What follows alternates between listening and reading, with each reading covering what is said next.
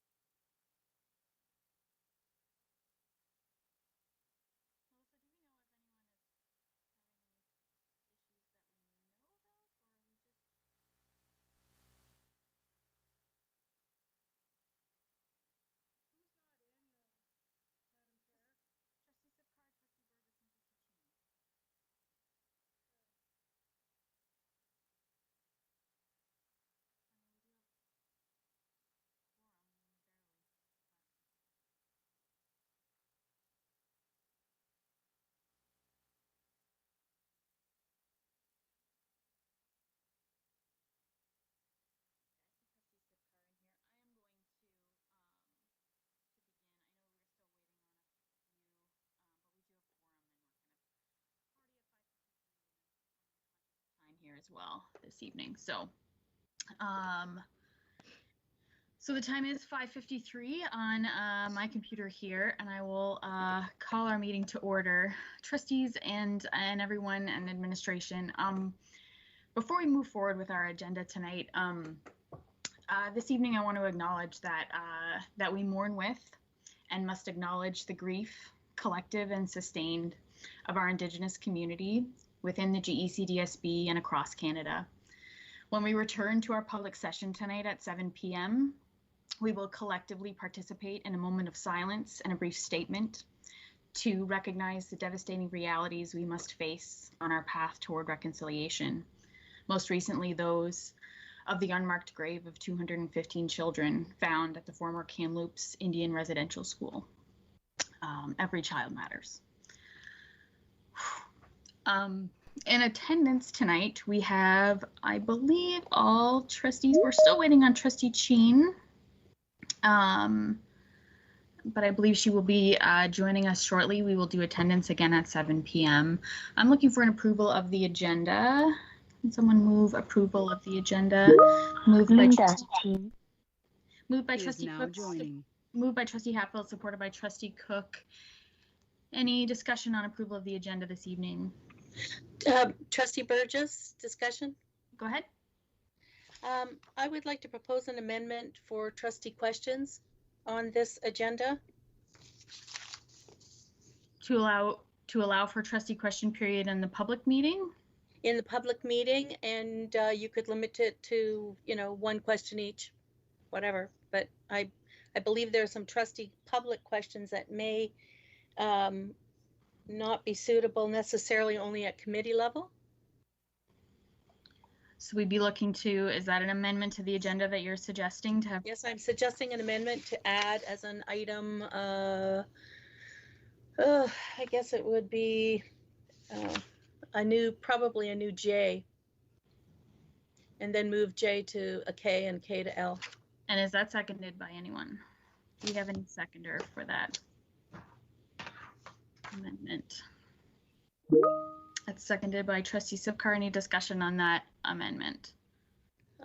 As the mover? Mm-hmm. I just think that we're now in June, and we're going to have a lot of questions about budget, etc.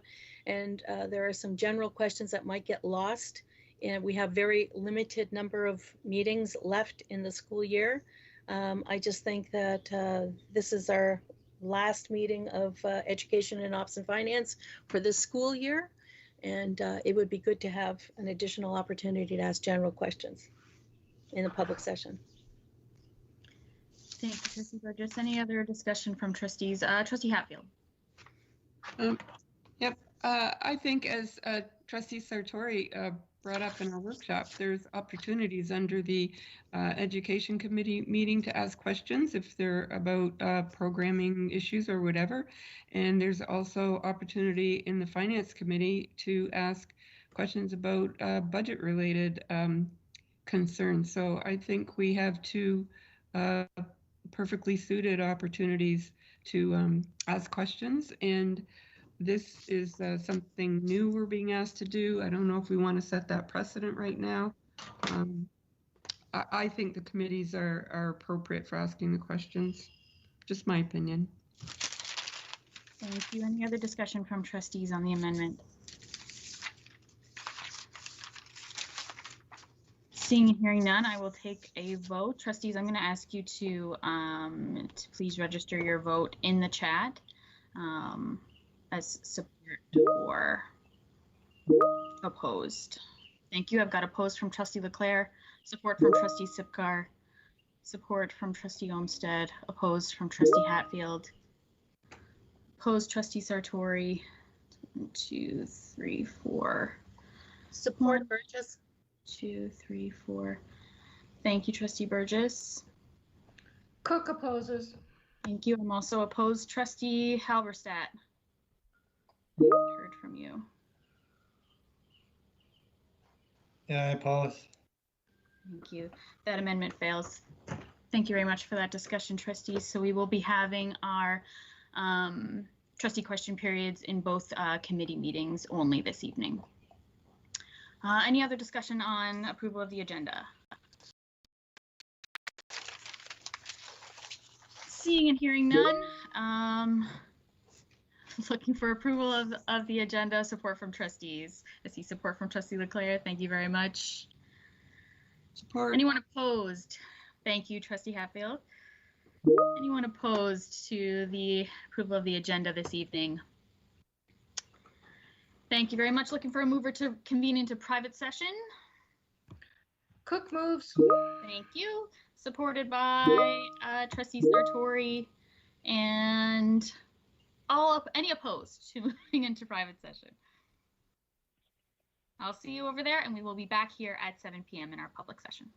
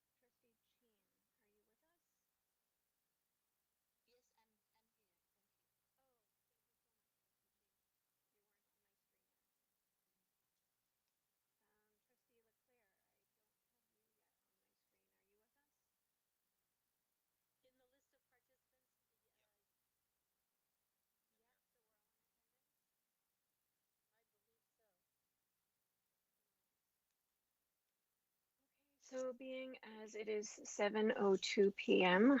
on my clock, I'm going to call this meeting to order.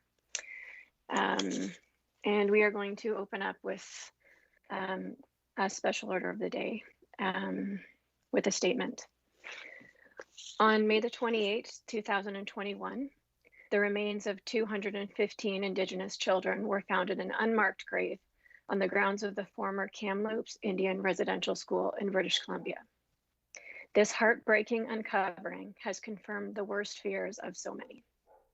Across the district, the flags at all Greater Essex County District School Board, schools and properties have been lowered until further notice to recognize the devastation that the Canadian residential school system inflicted upon thousands of Indigenous children, their families, and their communities. We acknowledge that the legacy of the government and church-run residential schools must be redressed and echo the voices of Indigenous peoples and settlers to implement all 94 calls to action from the Truth and Reconciliation Commission report. Tonight, we stand in solidarity and hold in our hearts the people of the Tk'emlúps to Secwepemc First Nations, our Indigenous partners, including family members of our students and staff who are residential school survivors and their descendants, all of our educators, our students, our staff, and our community members as we collectively mourn. Please join us this evening in a moment of silence to reflect, to remember, and to honor the 215 beautiful, innocent Indigenous children and so many others who never made it home.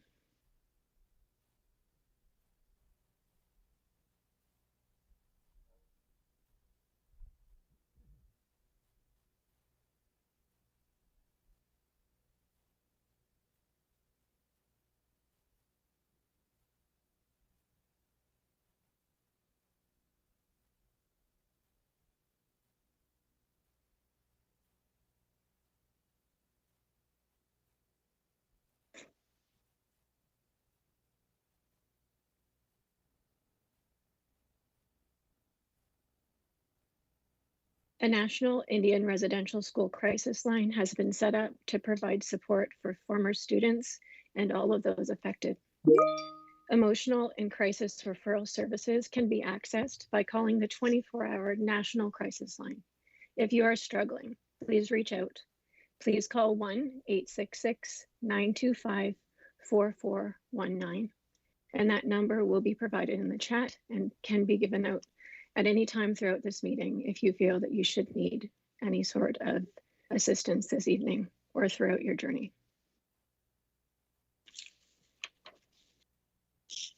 I will now proceed with the land acknowledgement.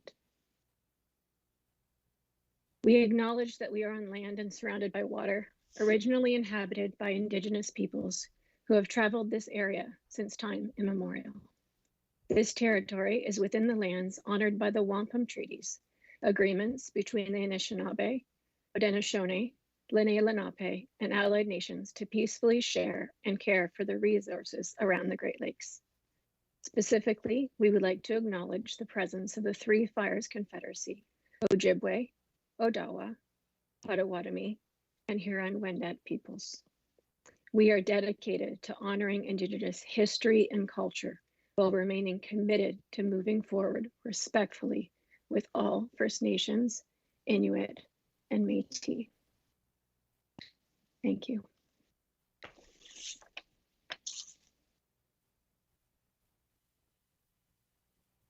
In attendance this evening, we do have all trustees via Microsoft Teams meeting. The first item on the agenda that needs approved is the agenda for tonight's meeting. Do I have someone to move it? Trustee Cook has moved it. Seconded by, just let me see. My chat seems to be a little bit slow this evening. I have Trustee Hickison supporting. Okay, seconded by Trustee Higgison. Do I have any kind of discussion? Hearing none, is there anyone who opposes the approval of tonight's agenda? No? No one in opposition? So that carries. The next would be a declaration of conflict of interest. Are there any declarations this evening?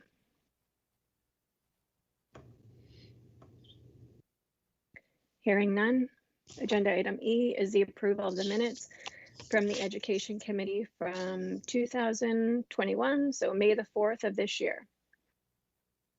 Would anyone moved. move those minutes? Thank you, Trustee Halberstadt, and will anyone second those? Cook will second them. Thank you, Trustee Cook. Is there any discussion? Trustee Burgess, discussion? Thank you, Trustee Burgess. It's just a typo, but I bring it to your attention. It's on the very first page of the minutes. The call to order is by acting chairperson Olmsted. I think it was just left over from template from the previous. Yes. So you were I actually occupying the chair as the chair. Okay, perfect. So can we strike those words? Sure, just the word, strike the word acting. minutes? I think that's the only thing I found. Okay, Sorry, I didn't bring it to your attention earlier. that's not a problem. Thank you so much for that, Trustee Burgess. So no further discussion. Is there anyone who opposes the approval of the minutes from the last meeting? Seeing none in the chat, that carries. Was there any business arising from the minutes?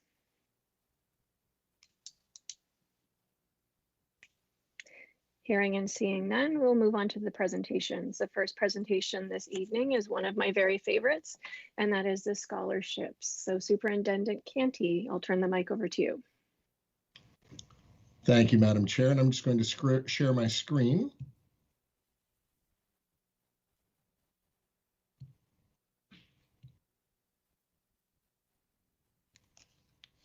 Okay, many of our graduating students are moving on to college and university studies with generous support from our valued community partners.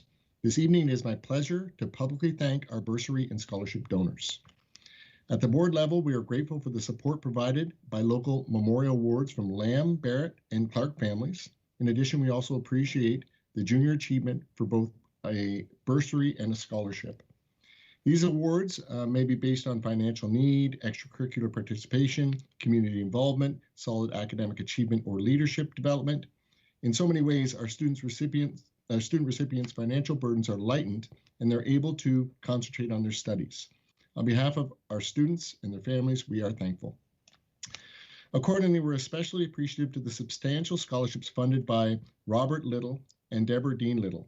Since 2019, selected graduating students have received life-changing financial support through the Little and Dean Little scholarships. This year, our 10 fortunate recipients will receive $10,250 annually up to 4 years of studies at a Canadian university.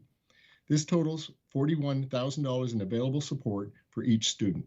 What an amazing gift that will surely ease these students' financial burdens and positively impact their lives for decades to come. Thank you so much, Bob Little and Deborah Dean Little. All of our bursary and scholarship donors at the board and school levels are committed to helping our students succeed, and we're very grateful. With financial support from the community partners, our students get off to a great start and are prepared to learn, grow, and pursue their dreams. To our donors, we are honored and grateful. Thank you also to our selection committee of Trustee Gail Simcoe Hatfield, Trustee Kathy Cook, Principal Dave Scadden, and Principal Sash Korvac.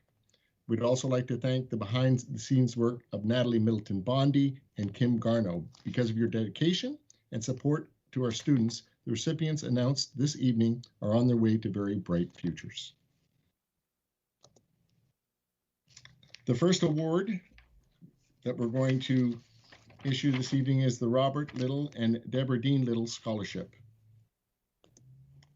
From Westview Freedom Academy, Raneem Hussein is currently in the process of completing her final year at Westview Freedom Academy. As her time at Westview ends, she can be proud of earning one of the highest academic averages in the building. She's consistently working hard, asking questions, and putting forward her best efforts towards academic achievement. While maintaining high academic standards, Raneem also has been involved in a variety of community activities. These activities include offering translation services to others and being actively involved with the Windsor Women Working with Immigrant Women. Her work ethic and studious nature will benefit her greatly as she plans to continue her education studying biological sciences at the University of Windsor. We wish Ranim well as she continues her studies at university.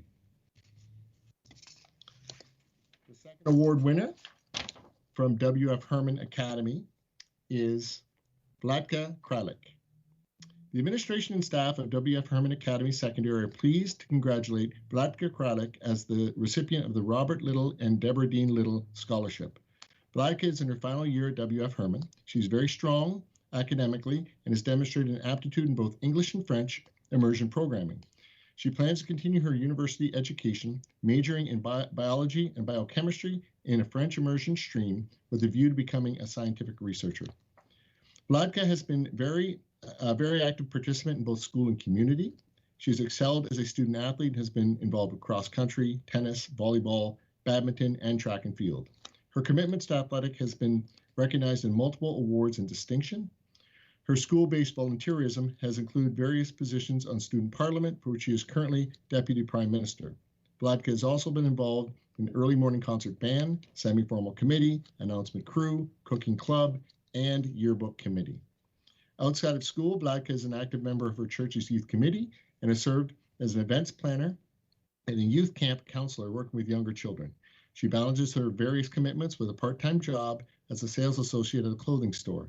Vladka is a very dedicated, hardworking individual who is respectful and collaborative. She is highly regarded by her peers and staff and is a valued member of our school community.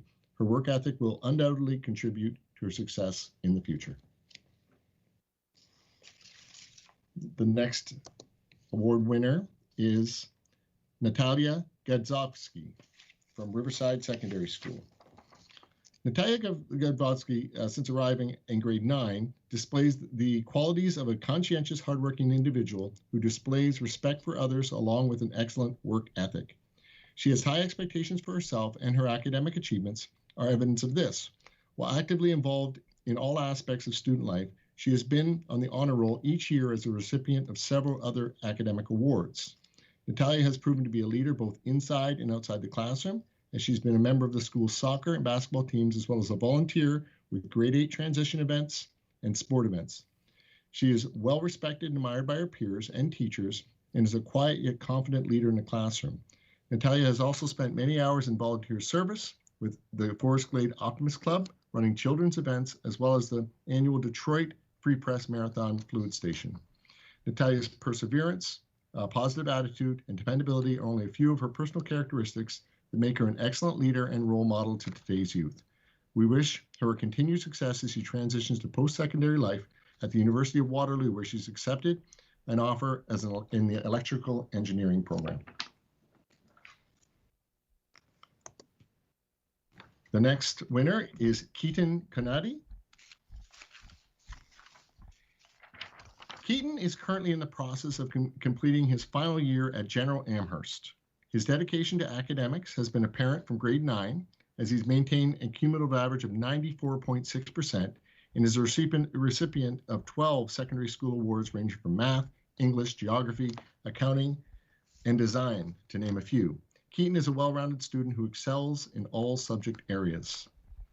Keaton has played the position of goalie on Amherst's hockey team, was a tour guide for grade 8 nights, was a member of the team that took much pride and was very passionate about the robotics team. He helped design, build, and operate the robots that competed with winnings that included a preseason win in 2017, sixth in Windsor in 2019, and a semifinals advancement in 2020 in Barrie. Most recently, Keaton and his team won the Industrial Design Award and Designers Award for the Ontario District. Robotics provided opportunities for Keaton to get involved with his community and enabled him to participate with the Miracle League and also engage with a variety of audiences across the county. Keaton's community involvement includes over 100 hours with much time spent at local festivals and parks. Keaton plans to continue his education in business administration, co-op at the University of Windsor, and is excited to join Windsor's business program. This is a field that he's very interested in and feels he will excel in. He has always strived to achieve success and will continue to do so in his future business career as he aims to eventually be promoted to higher management. Keaton has made a great many friendships and memories at Amherst and credits his teachers for providing him comfortable learning environment and for always helping him when he needed it. He's looking forward to what the future will bring for him and thanks everyone who has helped him get this far. We wish Keaton continued success in all of his future endeavors. The next little award winner is Vivian Lai. Vivian is currently in the process of completing her final year at Vincent Massey Secondary School. She's maintained a strong academic average with no grade 9 course below 91%. This includes 2 marks of 99 and a mark of 100 in the data management mathematics course. She's excelled in learning, initiative, dedication, and work habits. Vivian has been involved in several school-based programs. Most recently, she worked in the CCP and the Breakfast Club, both of which involve dedication to others. Vivian's out-of-school activities included her assisting at the local library in the children's program and the youth in politics. Vivian enjoyed business and mathematics courses at Massey, with her favorite class being accounting. Vivian has spent many hours practicing and preparing for math contests. In the past year, she wrote the Pascar, the Friar, the Cayley, the Fermat, the Fall Startup, and among many other contests, with great results in all. She intends to use what she has learned at Vincent Massey to study business at the University of Windsor next fall. Vivian is dedicated, hardworking, and she works collaboratively with staff and students. She shows strong initiative and exceptional leadership skills in her field of study. She approaches all tasks and activities with enthusiasm and a sense of purpose. Vivian is determined and an optimistic individual who will carry these traits into the future. We wish Vivian Lai continued success in all her future endeavors. The next little award winner is Miguel Cruz. Miguel is currently completing his final year in the International Baccalaureate program at Leamington District Secondary School. The IB program demands academic excellence, community engagement, and global mindfulness. And Miguel certainly exhibits all of these strengths and more. As a member of the LDS Eco Team, Miguel has played a role in climate advocacy by engaging with municipal leaders to work together to develop climate solutions for the town of Leamington. Miguel has also been a leader in our school's ambassador program, which helps new students to Canada adjust to their new school and community with support from fellow students who share the first language. This year, Miguel successfully convinced our school board to implement the ambassador program in all GECDSB schools. Fluent in Spanish, Miguel volunteers as a translator and advocates for Leamington's large population of Spanish-speaking migrant workers who have experienced tremendous challenges during the pandemic.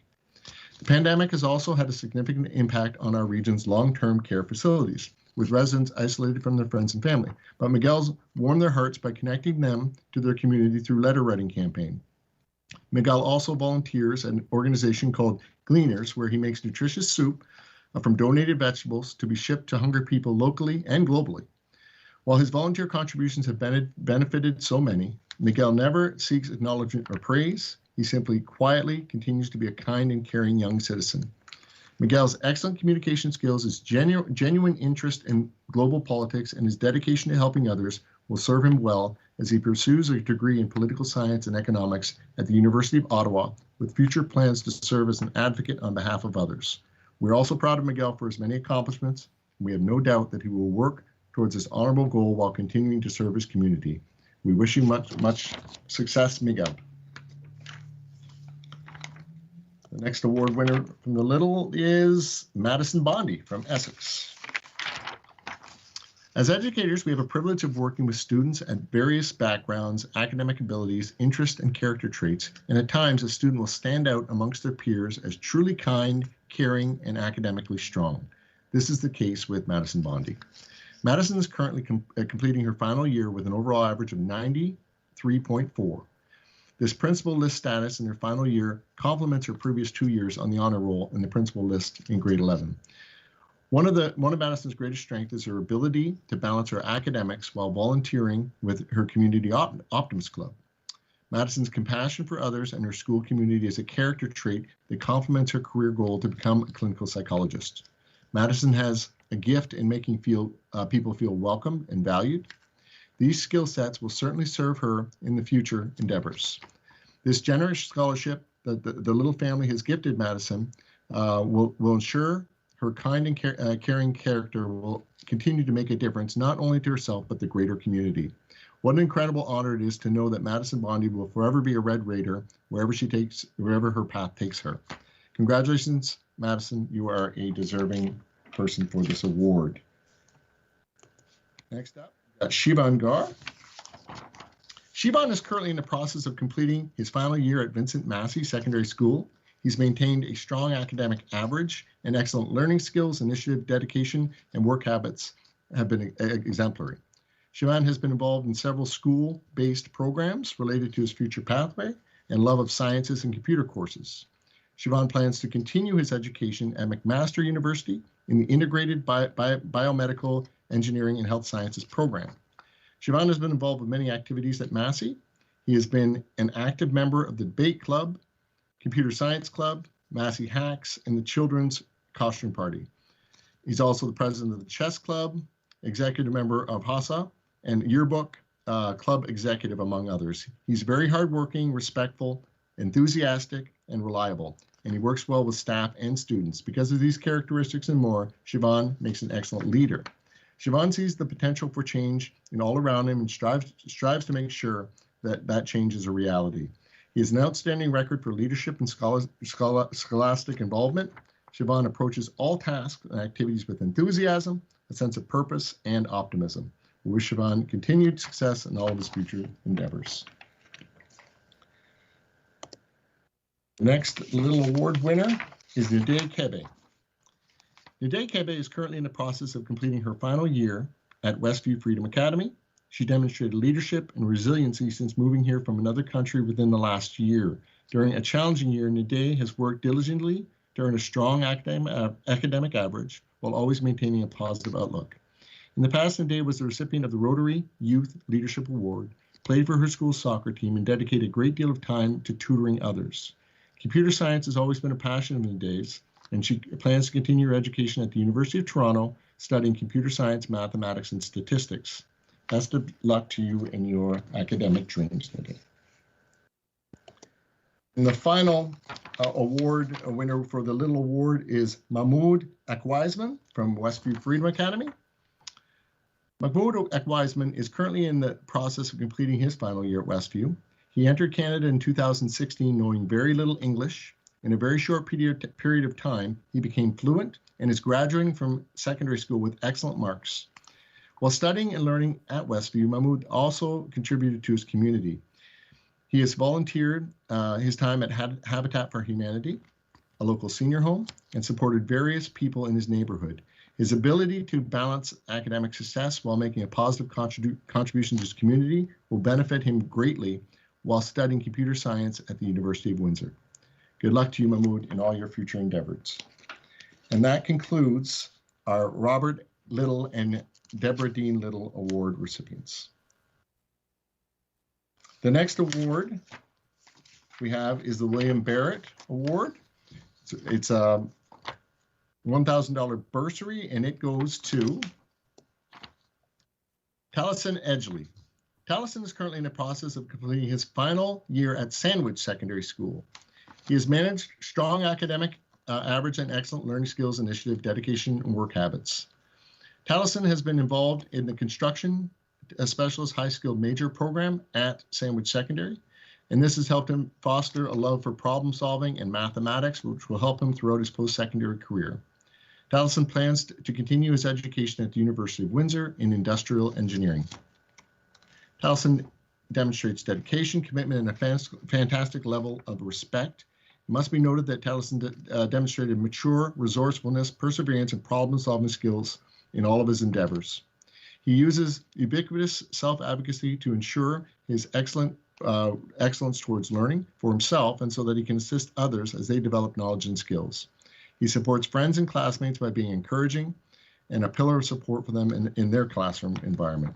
We wish Taliesin continued success in all his future endeavors. The next award is the Bill Lamb Memorial Bursary. And this award goes to Mackenzie Sinisak. Mackenzie Sinisak is currently in the process of completing her final year at General Amherst. She has maintained strong academic average and excellent learning skills, as well as great initiative and dedication. Mackenzie has participated in classes fully, has demonstrated leadership, especially in her assistance at Remembrance Day assemblies and her co-op placement at Amherstburg Public School. Co-op allowed Mackenzie to be placed in a grade 2-3 class where she flourished supporting students' needs. Mackenzie has chosen the developmental support program at Fanshawe College for her post-secondary program because of her personal connection to people with disabilities. She has passionately been a volunteer with the Miracle League of Amherstburg since the age of 12. She has realized the great bonds that can be formed through simple acts of helping someone hit a baseball bat and assisting them to move from base to base. Volunteering to help people play a sport and defeat the odds truly makes her happy. We wish Mackenzie continued success in all of her future endeavors. The next awards are the W.L. Clark Bursary. And there are 6 awards for this. The first one went to Jennifer McNamara. Jennifer is described by her teachers as dedicated, committed, and focused. Academically, Jennifer has achieved 92% in her grade 12 year at Walkerville Collegiate. She's conscientious, and she's considering 2 career options. One is to work in the film industry, and the other is to work as a university professor. Using a platform such as films, it is her goal to address social injustices and promote positive change. Challenging gender role stereotypes and racial injustices, such as the cases of missing Indigenous women, would be topics she would like to address. Her creative writing skills sees her as contributing to script writing, editing, and journalism. As a professor, she would consider inspiring students to make a difference in the world and affect social change through education. Jennifer is dedicated to volunteering and improving her community, as evidenced by the local and global clubs she supported. At Walkerville Collegiate Institute, she was president and vice president of our Rotary Interactive Club, and she volunteered with the Art Gallery of Windsor in our local community. Congratulations, Jennifer. The next award winner is Aurora Teese. Aurora is a conscientious and focused student whose overall high school average is over 85% at Walkerville Collegiate.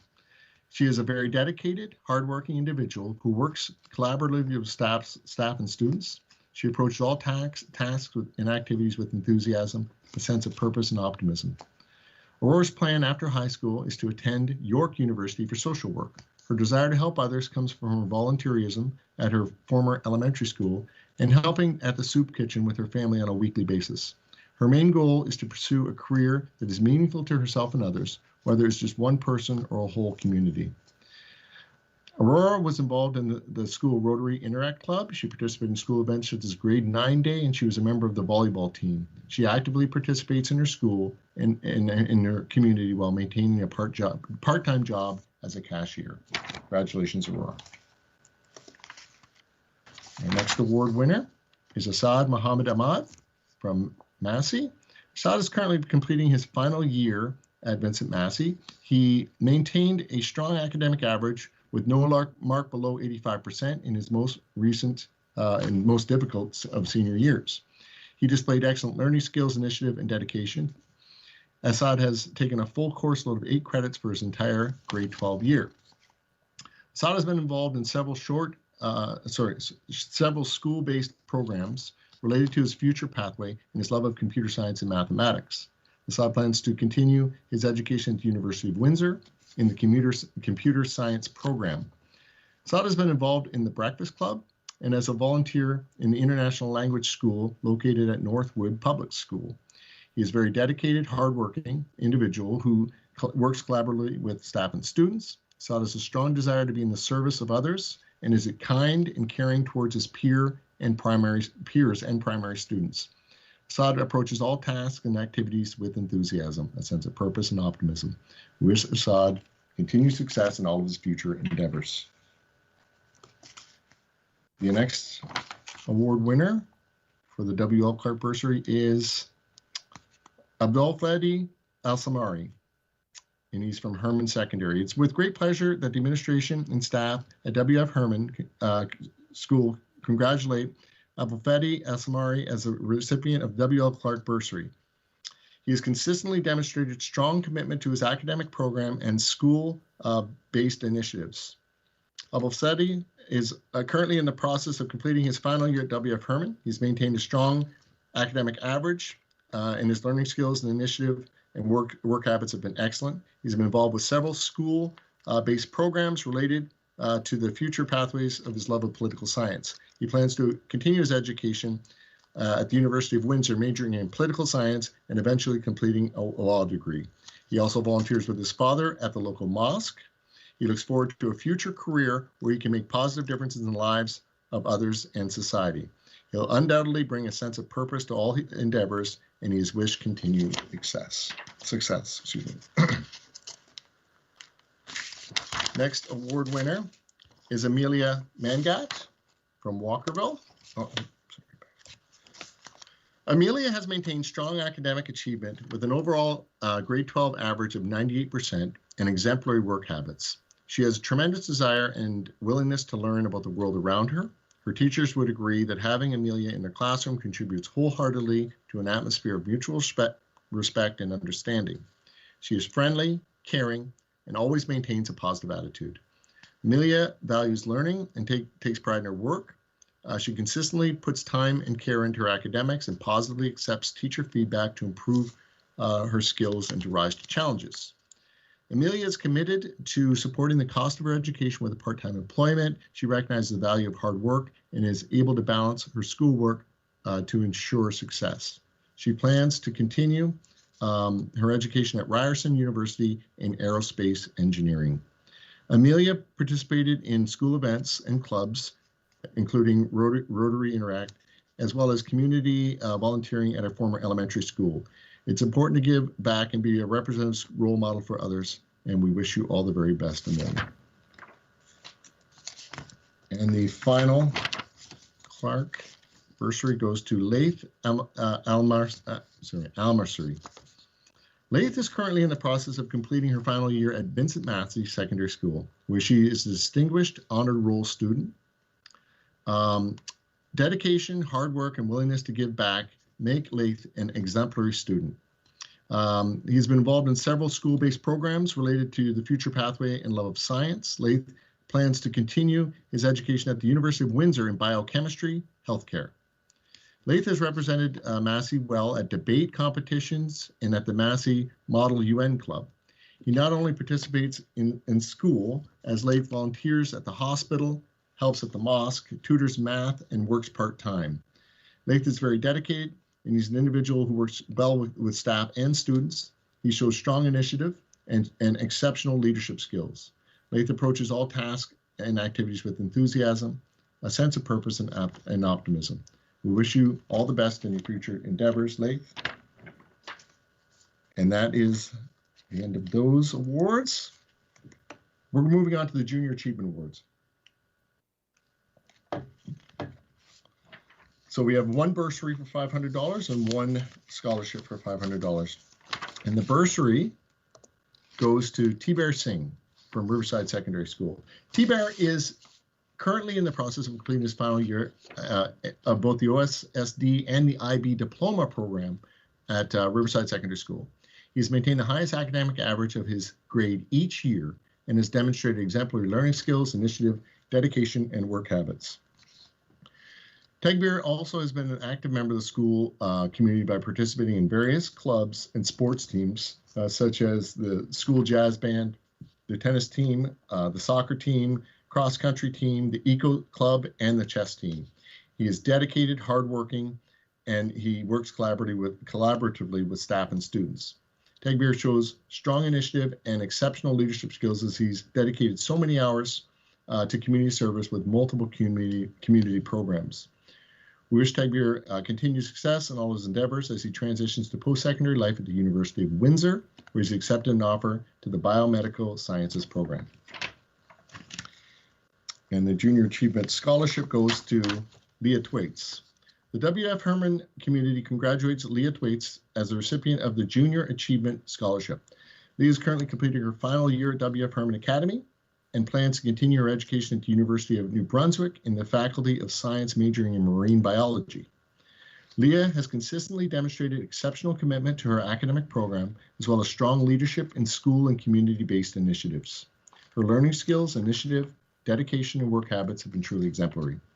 Leah has been involved in many school programs that have drawn on her leadership and organizational skills. She has been a leading member of student parliament since grade 9, serving as the Minister of Communications as well as the school prime minister in both grades 10 and 12. In these roles, she has effectively organized and led many events and activities within our school and broader school community. She's been involved in several sports clubs, including soccer, volleyball, photography, the cooking club, and the semi-formal committee. Leah has also been a strong commitment to the Junior Achievement Organization, where she served in several leadership roles, as well as creating and marketing her own business. She's an employee at McDonald's, where she is a team lead and a manager in training, responsible for training other staff and managing administrative duties. Leah manages all these responsibilities by maintaining an exceptionally strong commitment to her academics. She has been an annual honor roll recipient, has earned several departmental awards, and has had the distinction of receiving the highest academic average award per grade each school year. She's accepted any and all responsibilities in these various roles and has consistently demonstrated initiative and strong commitment. Leah is dedicated, hardworking, and works well with staff and students. She shows strong initiative and exceptional leadership skills and is a valued member of our school community. She is and will continue to be a leader in all in which she endeavors. Congratulations, Leah. And that is the end of our scholarship winners. On behalf of the Greater Essex County District School Board, we'd like to congratulate all the scholarship and bursary recipients for the 2020-2021 school year.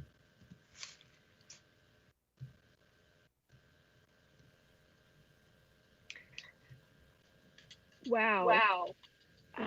I think I can speak on behalf of my fellow colleagues and say a huge congratulations to each and every one of the recipients. I think you inspire us all to be bigger, better people. So congratulations to every single one of you.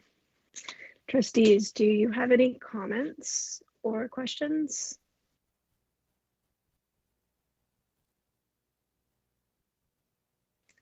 Okay, seeing none, we'll move on to the digital photography exhibition by Dr. Howitt.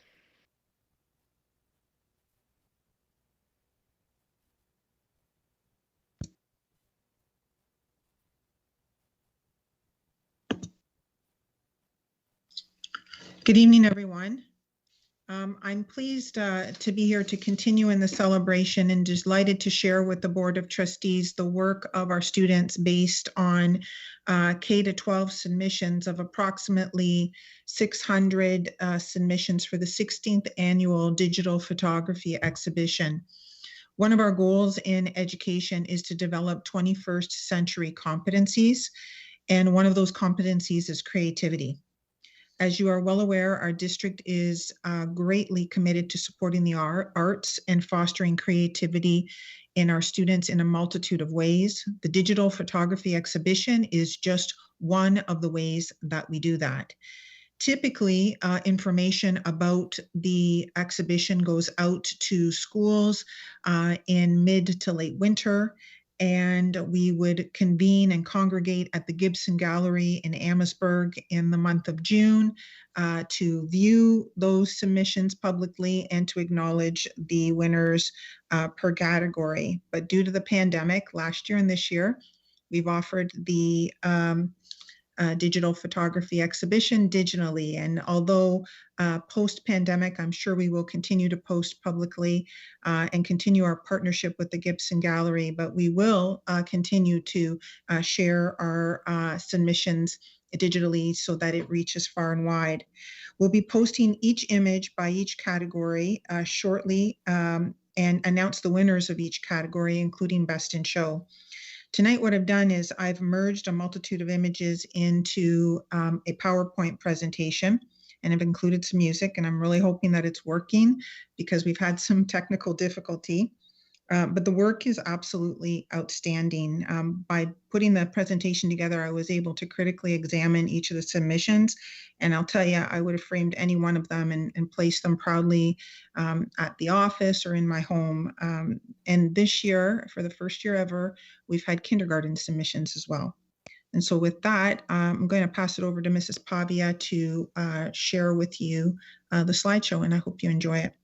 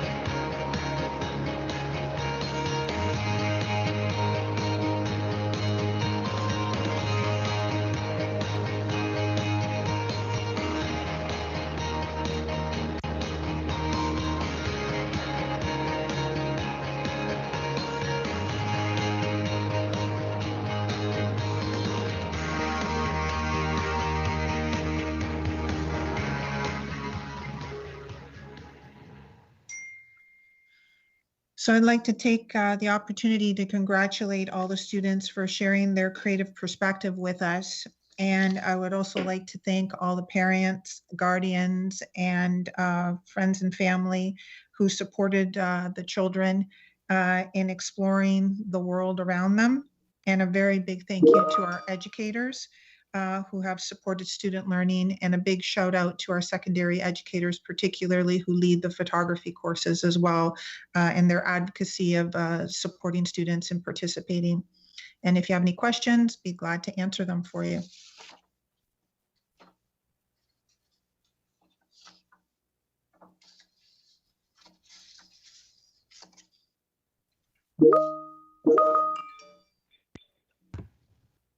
Trustee Cook does have a comment. I just have a comment. Superintendent Howard, I said this to you approximately a year ago. When you speak, I listen, and I just enjoy everything you do. And I not only can see your passion, but I hear your passion. So I thank you for everything that you do.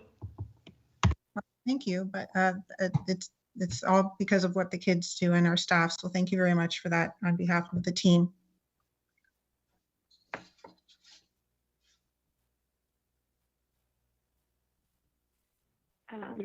I just would like to say a huge wow. As a person who spends a lot of my time doing photography, I've taken a lot of courses. I could not believe some of the composition and the perspective in some of those photos. I am blown away. And it's inspired me to go get out my good camera and go for a walk tomorrow and try to capture a little bit of the beauty around me, because that happened to be my favorite thing that I've ever seen so far as a trustee, seeing that collection of art right there. So congratulations to every single person who submitted, because those were absolutely fabulous. And I see that Trustee Burgess also commented and said a big wow in the chat. So May I just add, Trustee Olmsted, that I'll be advised of the winners, and we provide the winners with a small gift and a certificate to allow them to continue their photography to get their film developed. So it's just feeding their thirst of creativity. So that'll be coming soon to those students. Amazing news. Trustee Burgess, your hand is up. Do you have a comment or question? Thank you, Madam Chair. It is a comment, and it's just a comment. You mentioned it, that our partnership with Gibson Gallery. This is, what we can do to share in 2021 and in 2020.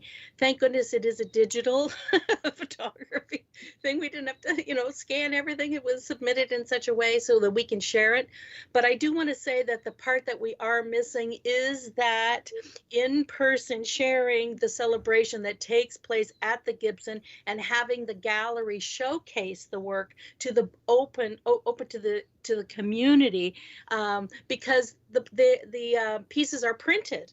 So even though it's digital photography, you actually see, the work displayed, and you see the honorable mentions, you see everything, and the joy and the pride in the family. So I hope we can convey that in this presentation, because, last year's and this year's aren't getting quite the same celebration. But I just want to put another shout out to the Gibson Gallery for allowing us and really fostering this thing over the years. It's a great celebration, and I look forward to that face-to-face component next year.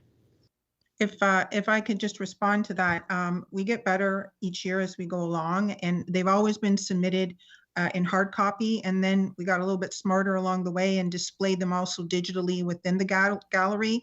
In addition, when we would do the presentation. Right.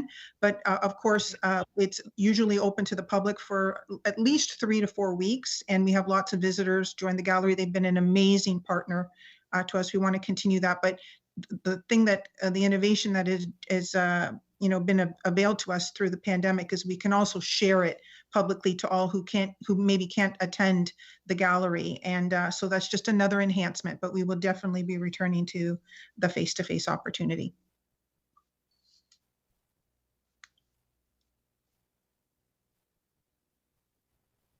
Trustees, are there any other questions or comments? All right, seeing none, our third presentation of the evening is a student choir performance. Dr. Howitt. Thank you, Madam Chair. So next on our agenda is a student choir presentation, so more celebration tonight. And I'm very excited to share that in the month of April, the Ontario Public Supervisory Officer Association hosted its annual conference. It was a 3-day virtual conference this year, focused on equity and inclusion and moving towards action. And over 400 participants took part in this learning opportunity across the province. And typically it would take place in Toronto, and they would feature students from the Toronto area. But because it was offered virtually, we are so proud that as a district that our student choir from the Walkerville Center for the Creative Arts provided a featured presentation on the opening day of the conference, and it was a huge hit. The musical arrangement is titled "You Will Be Found," from the musical Dear Evan Hansen, arranged by Mac Huff. The work was led by the amazing, dedicated, and talented Sarah Prenny, teacher and musical director of the program.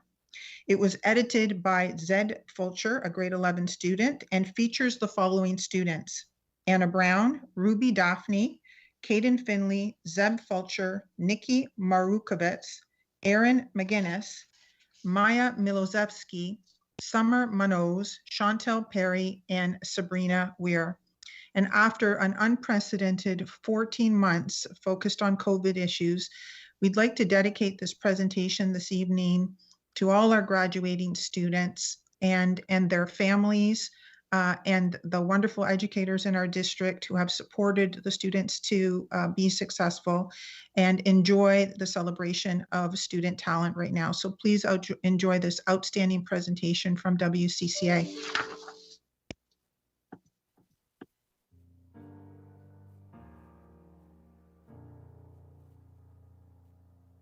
Have you ever felt like nobody was there?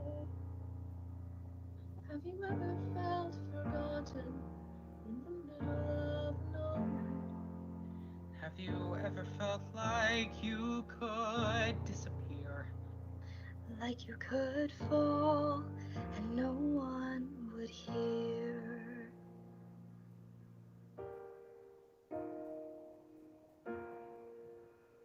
So let that lonely feeling wash away. 'Cause maybe there's a reason to believe you'll be okay. 'Cause when you don't feel strong enough to stand, You can reach out your hand, and someone will come running, and I know will take you home. Even when the dark comes crashing through, when you need a friend to carry you, when you're broken on the ground, you will be found. So let the sun come streaming in, 'cause you'll reach up and you'll rise again. Lift your head and look around, you will be found. You will be found. You will be found. You will be found. you will be found.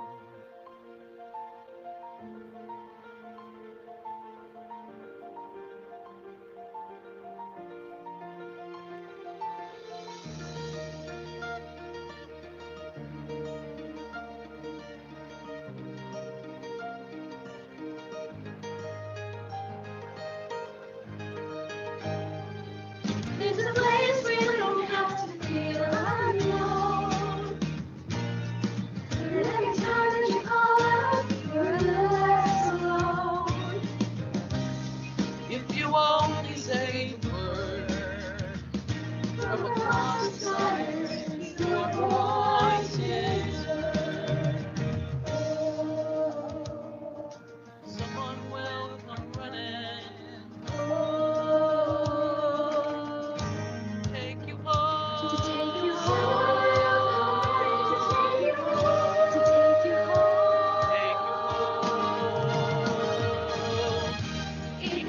dark comes crashing through, when you need a friend to carry you, when you're broken on the ground, you will be found.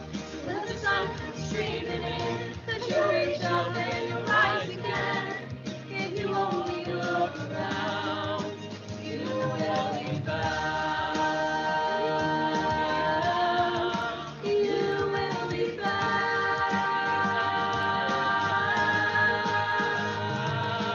Out of the shadow, the morning is breaking, and all is new. All is new. Instead of the empty, suddenly I see that all is new. All is new. You are not alone. You are not alone. You are not alone. You are not alone. You are not alone. You are not alone. You are not alone. Even when the dark comes crashing through, When you need a friend to carry you, when you're broken on the ground, you will be found. You'll reach up and you'll rise again. If you only look around, you will be found.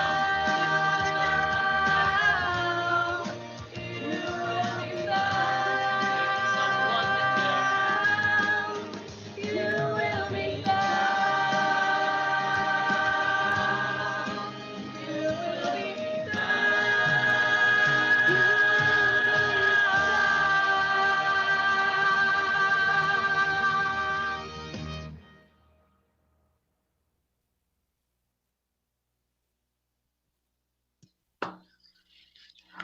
Be happy to answer any questions that you may have.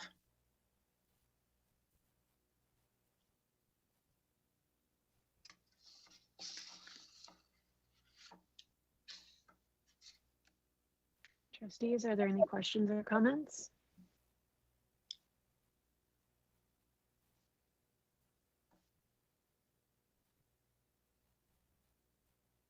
Seeing none, I just want to say that that was incredibly beautiful and a very moving song to play this evening of all evenings. So I really appreciated that, and I think everyone listening did. So thank you for that wonderful gift.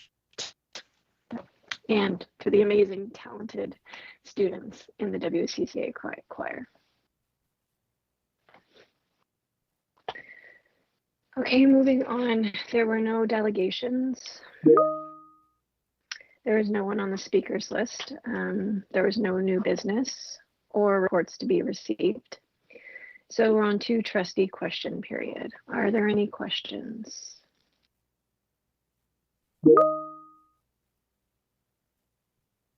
Trustee Sartori. Thank you. Unfortunately, I'm having some kind of strange connection tonight as well. Everybody on the screen is saying that they're connecting, but I can hear it, everyone. I'm going to assume that you can hear me too. What I was interested in hearing about is, and I think a lot of people probably are as well as. We know already, if I understand correctly, and obviously this is a question for administration, so please correct anything that I might not get quite right here. But that the Ministry of Education does want boards to continue to offer remote learning for the fall. There's a lot of conversation and questions happening around what the learning model is actually going to look like for different boards across the province. And I think one of the concerns from many stakeholders is this idea of a hybrid learning model. So to put in a very basic sense,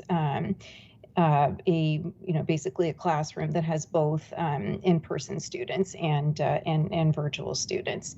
I don't think that we're at a point as a board or as administration where we can make any kind of announcement tonight, but I'm thinking that it might be at least helpful for trustees, the public, any parents, who might be listening or watching, those who are, wanting some information about, what things are going to look like for the fall.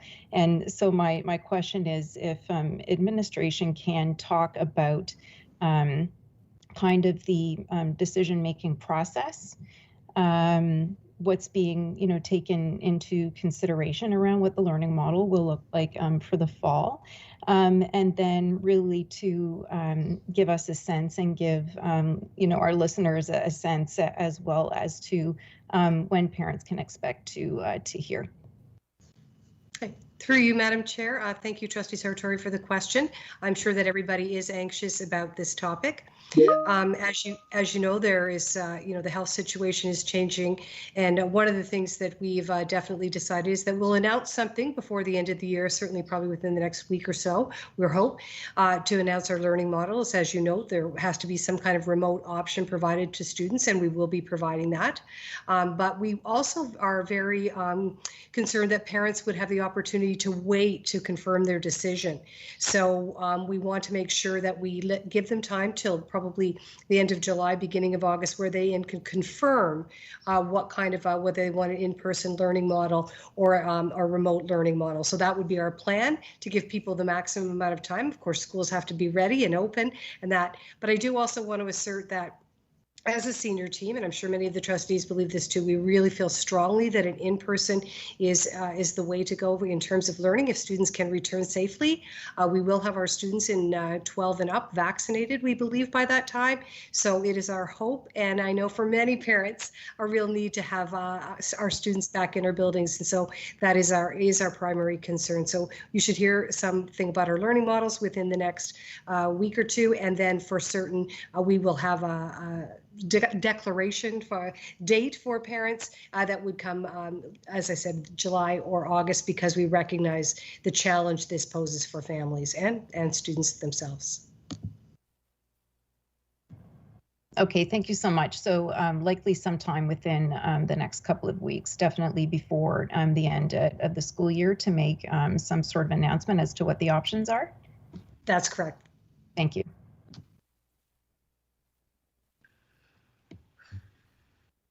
Trustee Cook. Thank you. So while some students have managed the challenges of the pandemic well, many have had a harder time. Despite the best efforts of our educators to ensure our students have had access to the academic, emotional, and mental health supports they need, hybrid learning creates a fractured learning environment, forcing teachers to split their time and attention between in-person and remote, limiting the one-on-one supports that students need to succeed.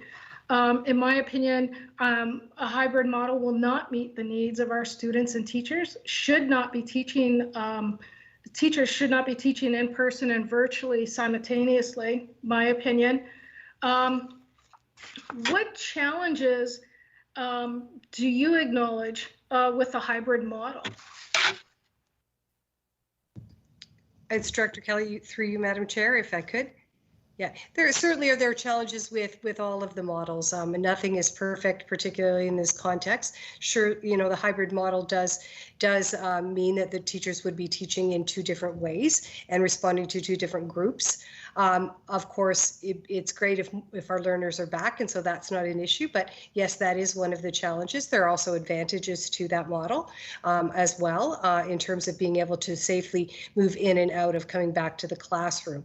But again, yes, I recognize that the challenge for teachers can be difficult, and of course, virtual learning has its own kind of pedagogy, its own way of teaching, and so there's merits in that as a model as well.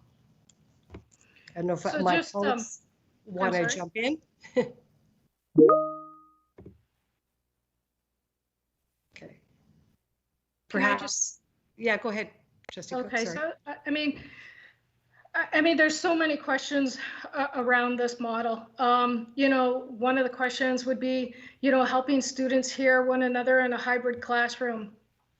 In my opinion, hybrid learning compromises the quality of our students' education. I am opposed to the hybrid model. I think it is about cutting costs at the time when our kids need support, more support, not less.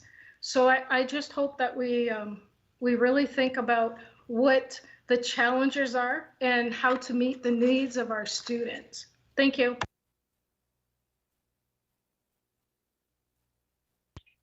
Thank you, Trustee Cook. Trustee Burgess, the floor is yours. Madam Chair, my question's on a different subject. I don't know if somebody else wants to speak in the same vein as the previous speaker, but can I change the subject?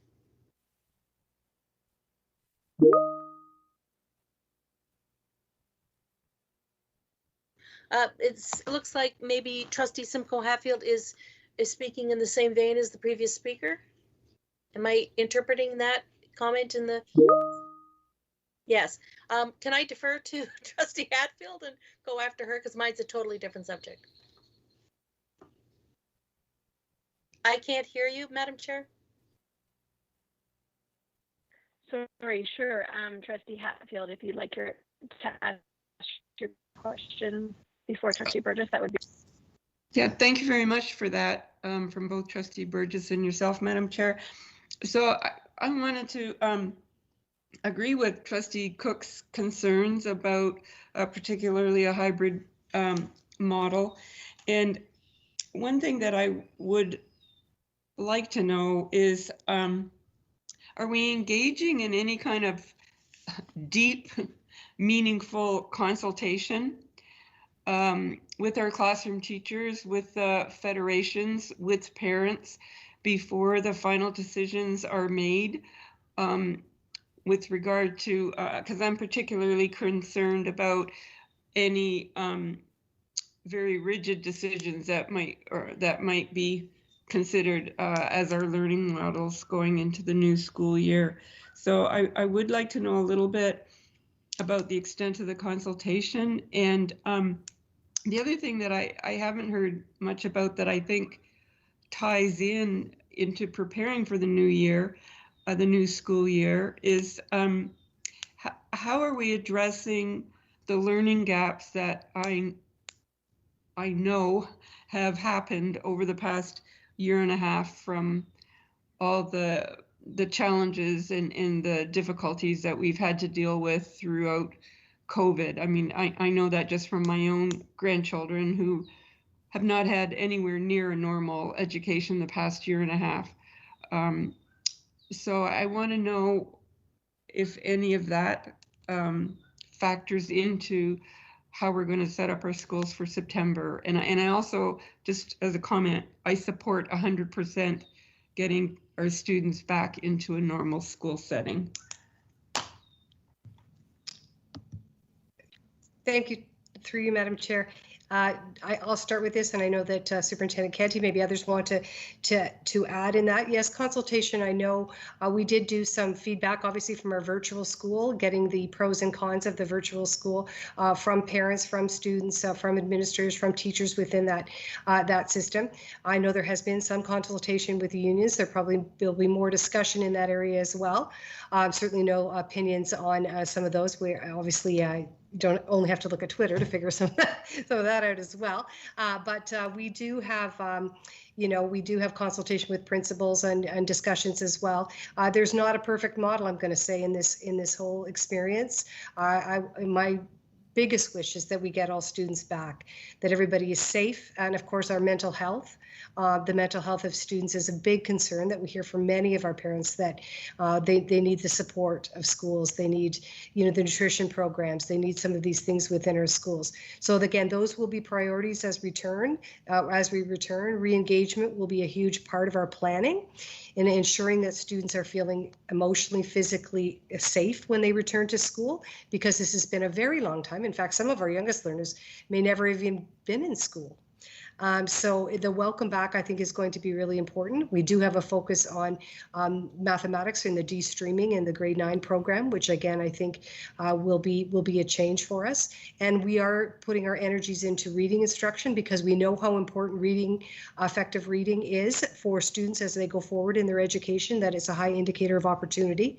So that will be another area of focus. And I saw Superintendent Canty on there. He may want to add to what I am saying, or perhaps Superintendent Howitt might want to add as well. But those are some of my thoughts.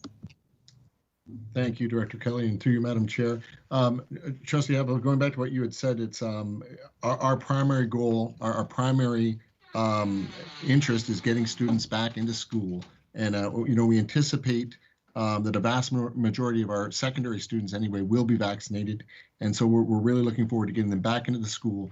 We're very pleased with, the ministry's decision at this point not to have designated boards. And so we'll be able to have all of our students in the classroom and be able to not have to cohort, which was a problem this year. And Trustee Hatfield, you spoke about the gaps that we're going to deal with.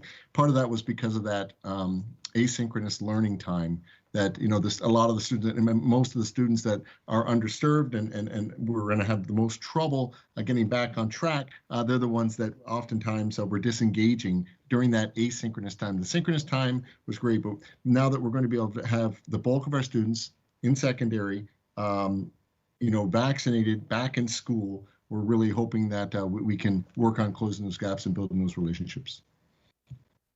Okay, thank you. Trustee Hatfield, do you have a supplemental? No, thanks. All right, thank you very much. Trustee Higgison has a question on this topic. Trustee Burgess, is that okay with you? I defer. Okay, thank you very much. I appreciate that, Trustee Burgess, and thank you through you, Madam Chair. I was wondering if the answer would kind of get here, and I'm going to build a little off Trustee Hatfield's last question. We did have in July a COVID-19 recovery plan, which I think we colloquially called like a gaps report. So kind of things that we were putting together for a return. And this past September, and then throughout this school year, trying to reach a point in May, which, I mean, due to some of the changes that we've been through, may or may not, some of those changes and some of those goals may not have been reached. I'm wondering when, and through you to administration, when we might get an update on that plan. Moving forward to whatever our planning will be for the models that we're using this coming September, whether we can get an update on that, on some of those goals that we had in that report. Through you, Madam Chair. Yeah, we do present in the fall the operational plan, which would provide some of those updates. But there's certainly other things people might want to make comment on, specifically what we're doing in the instruction area. So I'm looking to Superintendent Howitt, because I think she might be able to add to the conversation here. Thank you, Madam Director, and through the chair. The plan that we have in place has been evolving throughout the year. There's been lots that has been done in terms of resources and actions to gather benchmarks for students throughout the year. And what it's doing is it's feeding our plan to prepare for reentry next year as well, with great intentionality. And an example that I can give to you is that we have launched a committee to look at the science of reading, a partnership between special education and the program department, working earnestly with individuals on the committee to prepare an aggressive plan of support for reading intervention. And it's been a concern that has been expressed by the Board of Trustees. It's been expressed by our teachers, by our families, by our unions, and of course by the senior administration. We realize that this is the work to do. We've done some work this year that is feeding the plan for reentry in the new year. And a big part of it is the senior team have engaged and initiated the process of looking at our board improvement plan for student achievement. And we are keenly aware that the work is grounded in understanding each and every student. And so not only understanding them from a cognitive perspective, but also understanding them from a social emotional perspective and from a cultural perspective. Understanding the student and being responsive to the student is key to this work and being able to personalize learning for students. And that is the work that's ahead of us, has been part of the work this year, but will be aggressively attacked next year. And in terms of supporting our teachers in doing this very good work. Thank you for that. Just supplemental? yeah, yes. Thank you for that, and I'm grateful to hear that we're kind of embedding that that in our work as we continue forward, as we have this past year as well. And so I'm grateful to hear that that's kind of the heart of the work, and then surrounding that will be supports. I am anxious to hear about plans as a trustee, as chairperson, as a parent of 3. My kids want to be able to go back, and I'm sure that's echoed not only by their peers, but by their educators and support staff as well. I think children do belong in school. I think it is good for their mental health. I think it is good for their peer relationships. I think it's good for their social emotional development. And I'm grateful to hear that we're embedding that in the decisions that we make, and in this work that we continue to do towards closing some of those gaps that we know have widened this year. So I appreciate that.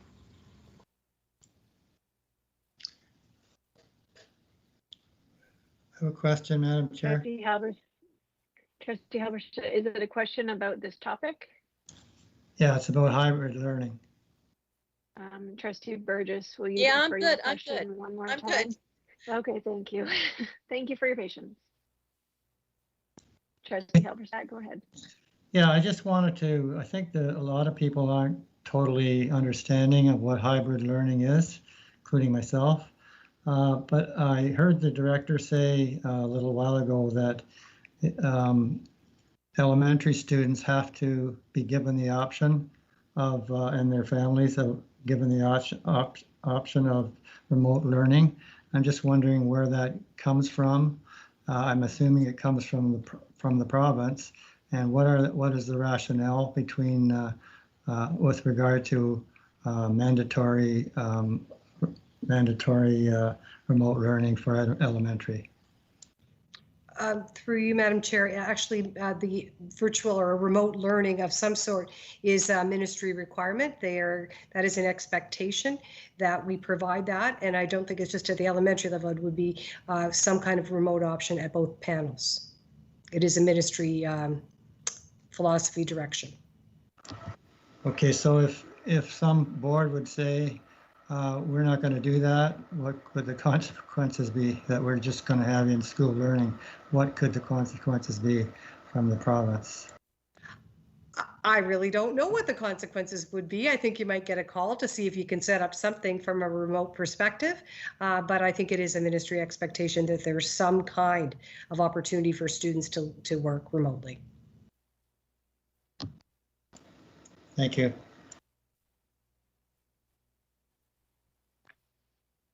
Okay, Trustee Burgess. Thank you, Madam Chair. All the previous discussion is helpful in my question. I want to couch my question in terms of looking at where we would be with students who are graduating and or in transition from grade 8 to grade 9 in June 2019, June 2020, and now June 2021. I would say that every single student who was in a graduating class or in a position to be able to graduate or, transitioned from 8 to 9 would have had a different experience, a completely different experience in 2019. And even in 2020, because 2020, of course, the remote learning was completely different in its preparedness and in that, that analogy of building the plane while you're flying it kind of mode. So there was a difference in the graduation to post-secondary or a victory lap or, as I said, grade 9. Now we're looking at a new de-streaming of math, in process. And this last year has been completely different again for those students. We're not going to be meeting as a board prior to the start of exams in secondary. And yet we have students who are in a position where they may have had different, they might have just been in virtual school. They may have been in a hybrid model, in a quadmester model. They've had different experiences. How do we assess them fairly?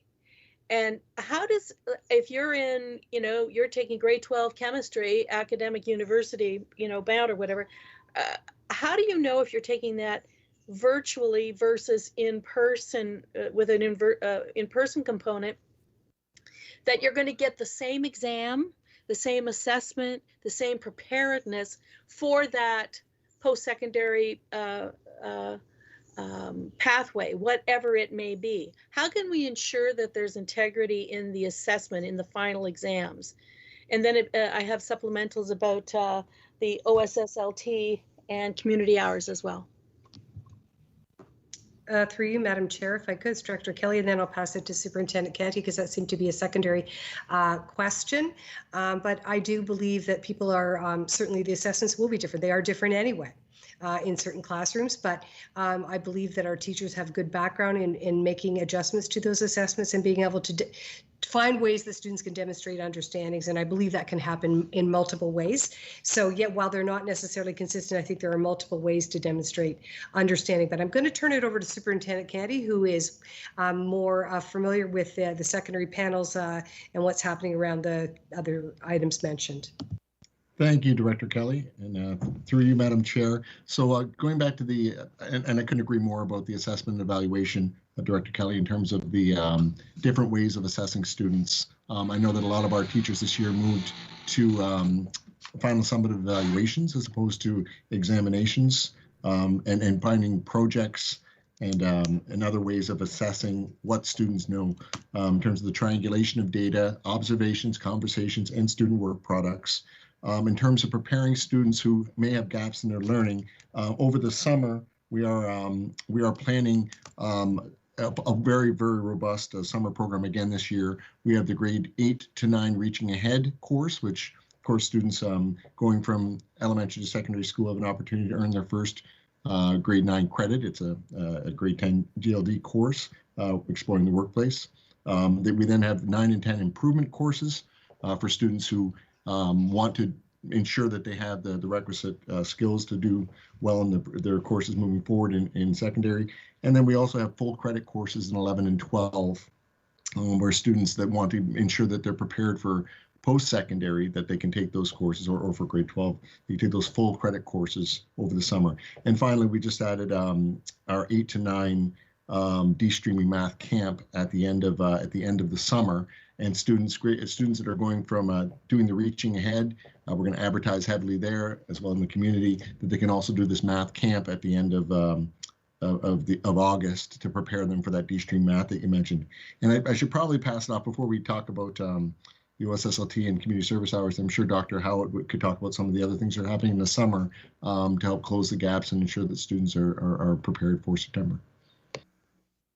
Thanks, Josh. We included a distribution form in the package for the Board of Trustees, highlighting all the different summer camp opportunities for over 1,000 students this year. We're presently in the process of registering students. We already have 600 registered for the elementary panel and fully anticipate to fill all of our spots. And this year we've initiated a new camp, Camp Lingo, for ESL students, and there's a huge interest for it as well. And my colleague, Superintendent Pike, is also offering supports, and I forwarded an additional infographic to you today as to supports from a social work perspective, if she'd like to highlight as well.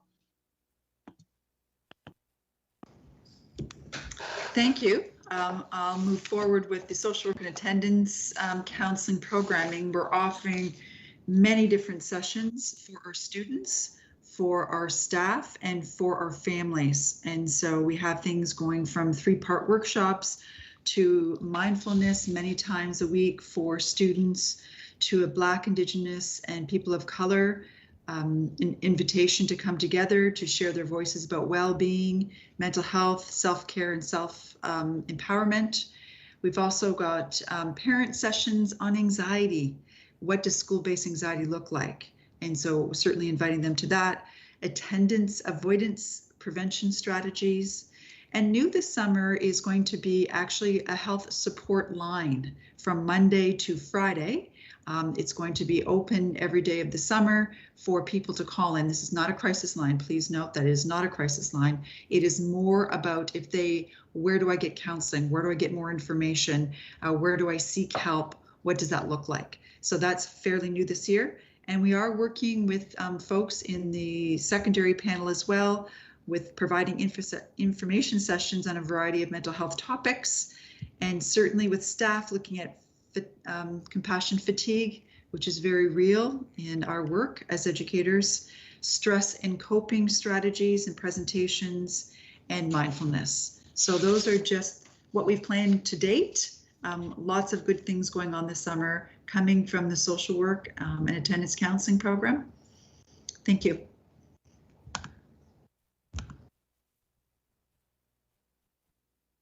Trustee Burgess, If I did you have could, a supplemental? Yeah, if I could, just for clarification. So, how do I say this? My concern is that it's for the receiving institutions. I wanted, and how we promote and suggest for the students and families to take this up. So do we refer kids to these programs and strongly suggest it in such a way that, you know, you really need this in order to be successful next year? Or is it that here's what we offer and it's first come, first serve, and it's those who put their hand up? My concern is that the most disengaged are the ones who are really struggling. How do we lead the horse to the water?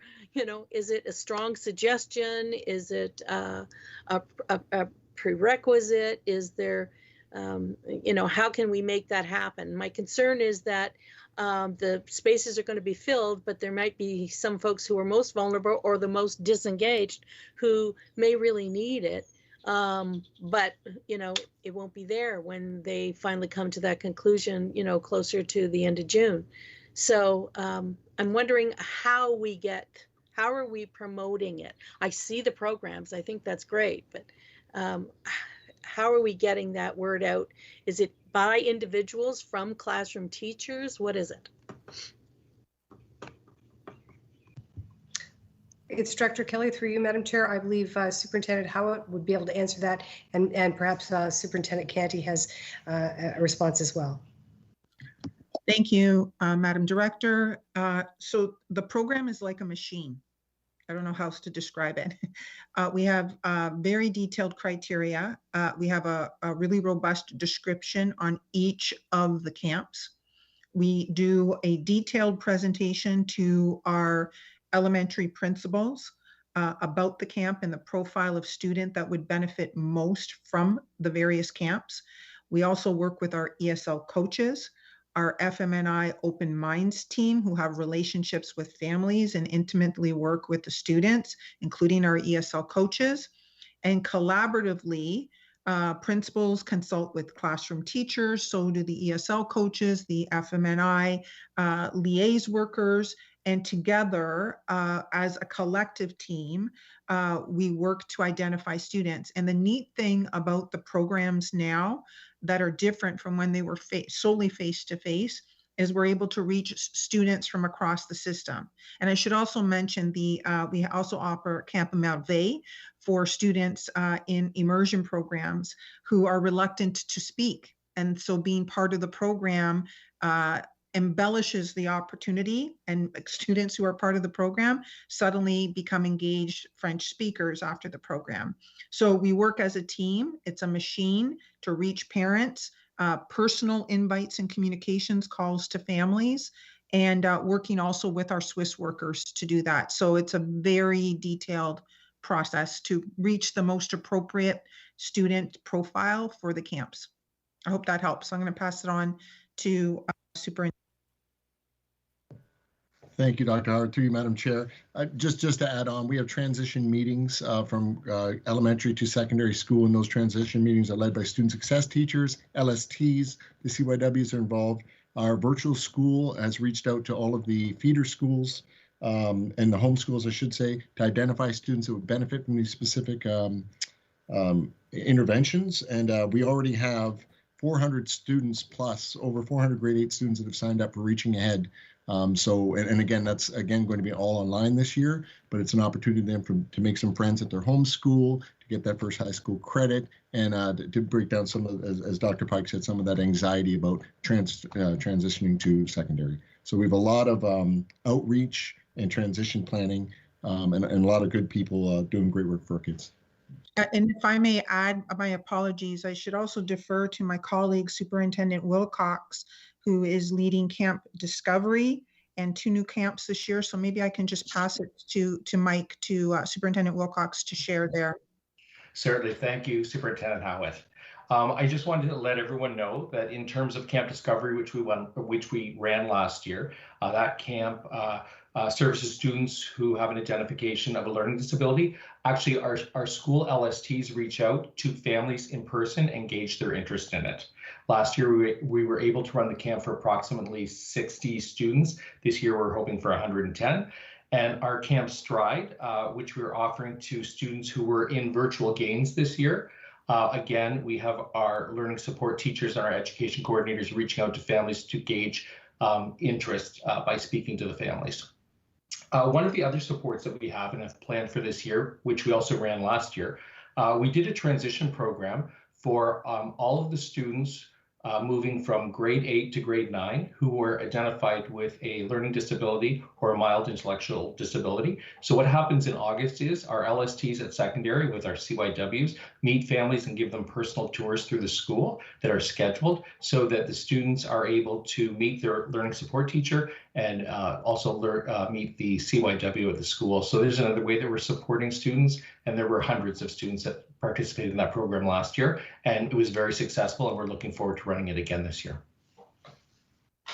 And if I may just wrap up the camp situation, we have one that's new this year. It is funded by the Ministry of Education, and it's running in partnership with the Windsor-Essex Children's Aid Society. And those are students from JK to grade 3, which will be working on literacy skills, closing the gap in literacy, as well as socio-emotional and trauma-informed practices.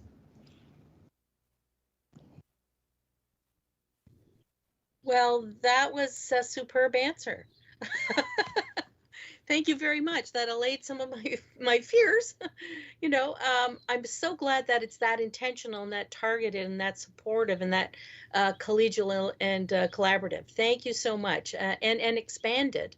So it sounds like there will be a lot of kids really engaged over the summer, and I think that's going to make a great stride to be even more prepared for next year. Thanks, Madam Chair, through you to everyone who answered. You're very welcome. Trustee Chee, did you have a question? Thank you, Madam Chair. Yes, I have a question. And today, actually, my computer has a lot of issues, and I missed most of the information session part regarding the study plan. I wonder if the superintendents can introduce a little bit generally more, because I believe many parents, they are also very interested in that. And also for grade 12 students, and some students, they go to co-op, they will go to co-op program, and do we consider them their schedule when we make the study plan? And thank you. Yeah, I hope you can give more detailed information about the plan. Through you, Madam Chair, it's Director Kelly, we will provide that information when we send out our information about that. But yes, we will provide what that looks like. Thank you.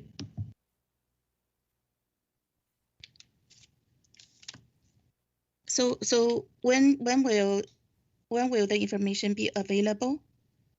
It will be available within the next week or two. Yes, before the end of school, and then people would be able to make a decision the end of July, beginning of August, because we recognize that parents, their health situation could change drastically in that time. Excuse me, Chair, can I say something? Yeah, and because other board has already published their plan, and there are a lot of concerns from the parents. And can we just, instead of waiting 1 or 2 weeks, just give some introduction, and so that they can fully consider that and give us feedback in case we rushed to the plan and make changes. We will be communicating the plan, as I said, in the next couple of weeks. I think that should be, sorry, there's something wrong with my computer here.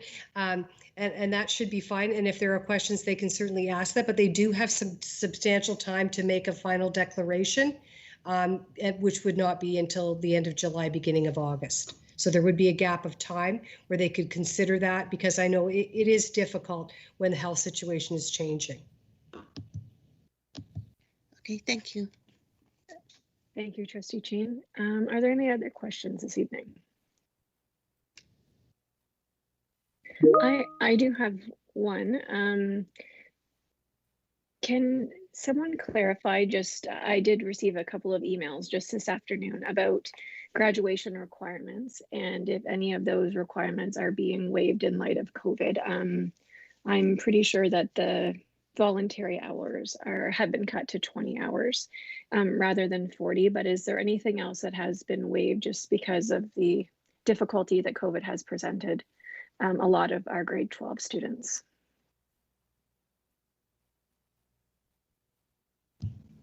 Superintendent Canty should be able to answer that. Sorry, my microphone just broke up. Can I repeat the question, please? Sure, Superintendent Canty. I received a couple of emails actually from some students just this afternoon, and they're concerned about graduation requirements. Just to make sure that they have it, just because COVID has presented a few obstacles that haven't been presented other years. So can you just clarify publicly if anything's been waived, such as voluntary hours? I know that has been cut, but just to publicly state it so that everyone can have peace of mind going into the month of June. Thank you, Trustee Olmsted. So we have heard from the ministry that the volunteer hours are 20 hours now, and they're a lot more lenient in terms of what the requirement is. And so in years past, you would have to do something outside of the home, but if you're doing something inside of the home for loved ones or around the home for loved ones, that can count. They're really lenient. It is only 20 hours, and hopefully the students were working on these over the past, before the pandemic, the ones that are graduating now. And in terms of the OSSLT, the literacy requirement has been waived. And so there's no requirement for that for our students. So I hope that answers your question. It most certainly does. That's what I was being asked, but I just wanted it to be clarified public for the students to have some peace of mind. And Trustee Sartori, I see that you do have one more quick question. Thank you for that. So I just listened to the rest of the conversation about potential learning models, and including the hybrid learning model. And I think one thing that I heard that I'm looking for some clarification on is that there are situations in which a hybrid model can work well.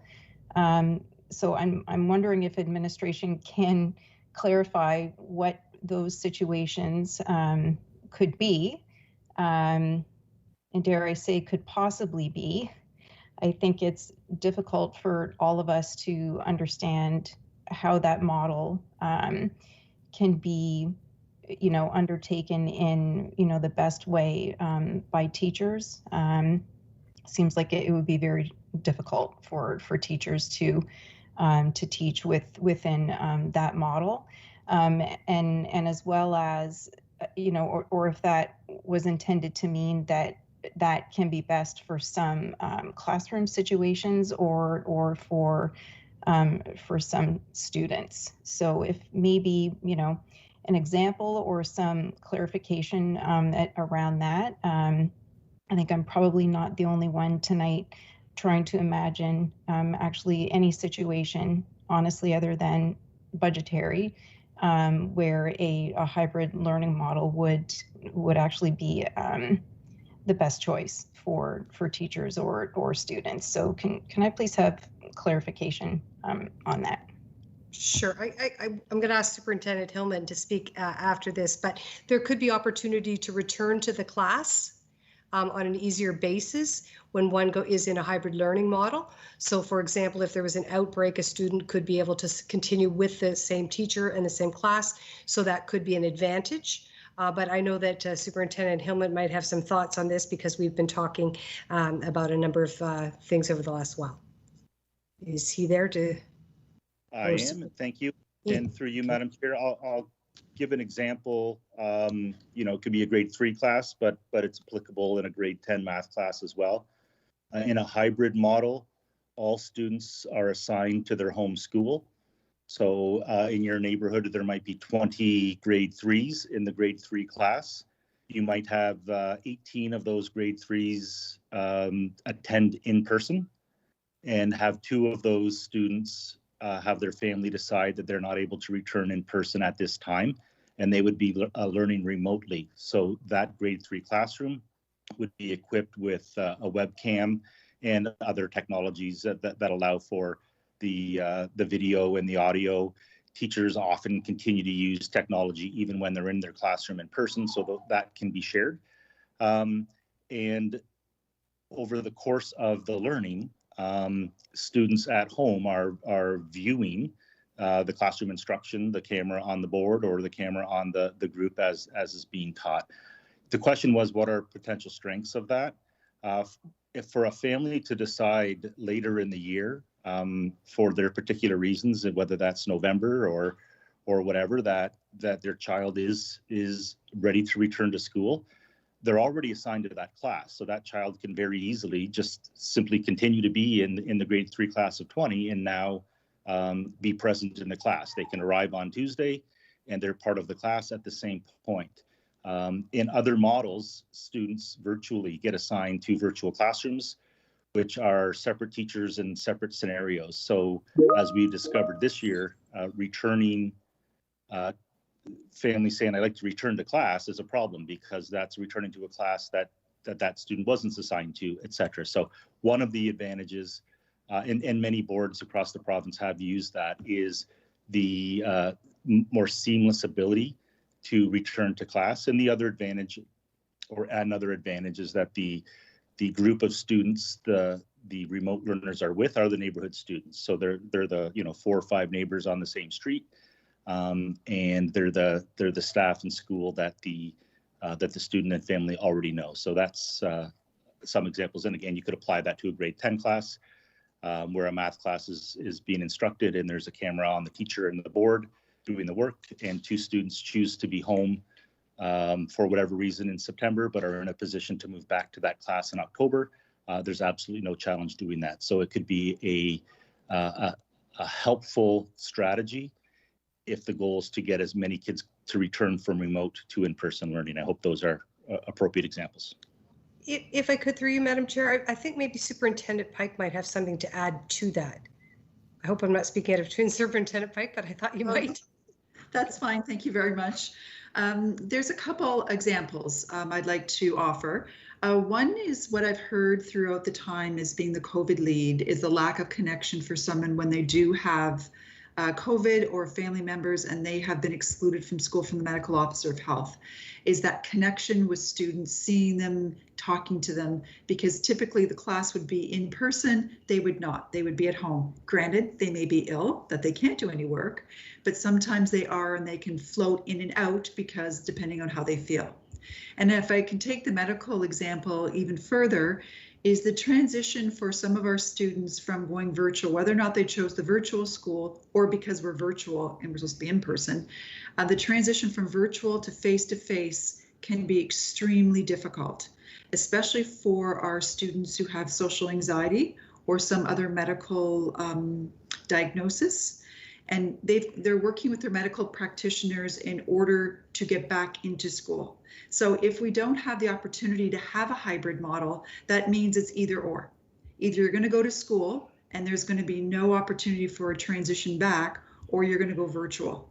And so by having it into a hybrid where there is, and they can come in and maybe they're going to attend school 1 day a week and they're going to be home for the 4, but they're with their same kids in the class. They're with the same teacher. They're getting to recognize voices. All of that kind of thing comes together and part of a treatment plan that we'd be working with their practitioners. So those are just a couple of quick examples for you. Okay, I appreciate that. Thank you. That seems to make things a little more concrete. It sounds mostly theoretical to me, but I understand that that's I guess the place we are in the pandemic as well. But I'll just reiterate as well, along with many of my my colleagues, that I too am deeply concerned.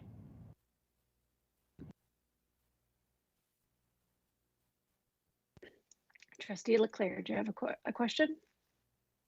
I do, Madam Chair. Thank you. So I too struggle with this idea of the hybrid model.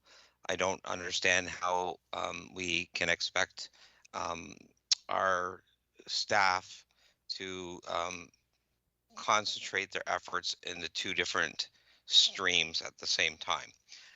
But I guess based on what Superintendent Hillman was suggesting, I wonder if we would respect our contractual obligations in terms of class sizes, meaning if, for example, our elementary schools, our classes are capped at, say, 21 or 23, I don't know the exact number, that we wouldn't exceed that in a combination of those that are in class and those that are learning in the second part of the hybrid model. So I guess my concern is that we would somehow use this model to bypass our collective bargaining agreements, where we would have 20 kids in the classroom and 20 kids online, and therefore the teachers are teaching even more students. So I'm just wondering if we, despite my reservations about the hybrid system, I want to know whether or not we would abide by our collective agreements. It's Director Kelly, through you, Madam Chair, we would be abiding by our collective agreements if that was the choice. I believe we would have to. Thank you.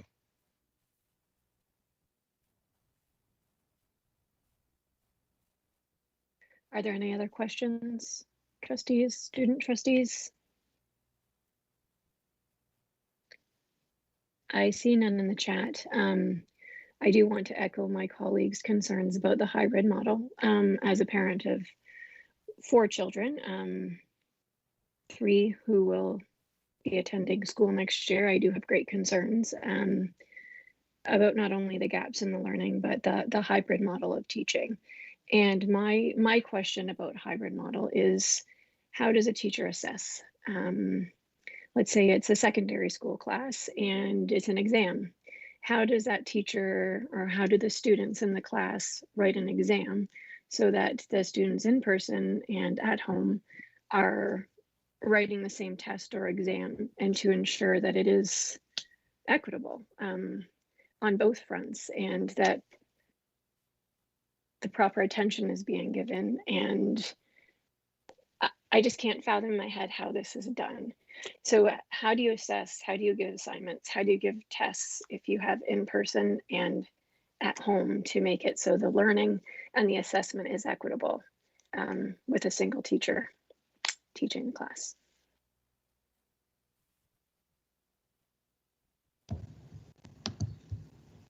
I think all situations are challenging, and I think we should be assessing students based on where they're at. I think that that there would be a challenge with that. Maybe Superintendent Canty wants to add, because you're talking about examinations in particular, but I believe there are different ways of assessing and demonstrating understanding, and I don't believe necessarily those need to be always the same things, though we would try, if that was a consideration, we would try to come as close to doing that.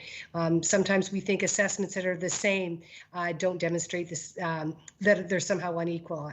I would challenge that idea, but Superintendent Kennedy, maybe you want to add to that.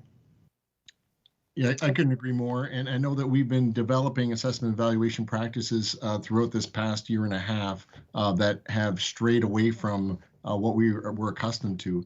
And I know there are ways of appropriating growing success, making sure that we're following the mandates of growing success while assessing our students through chunking exercises, providing feedback. It doesn't always have to be that exam.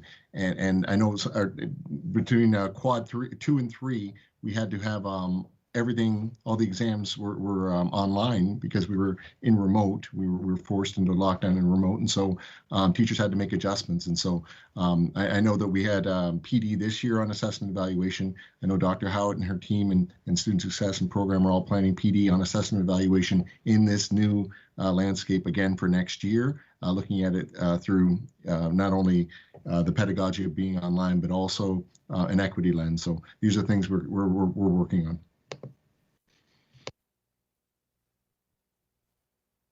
All right, thank you so much for that response. Trustees, one more time, are there any other questions?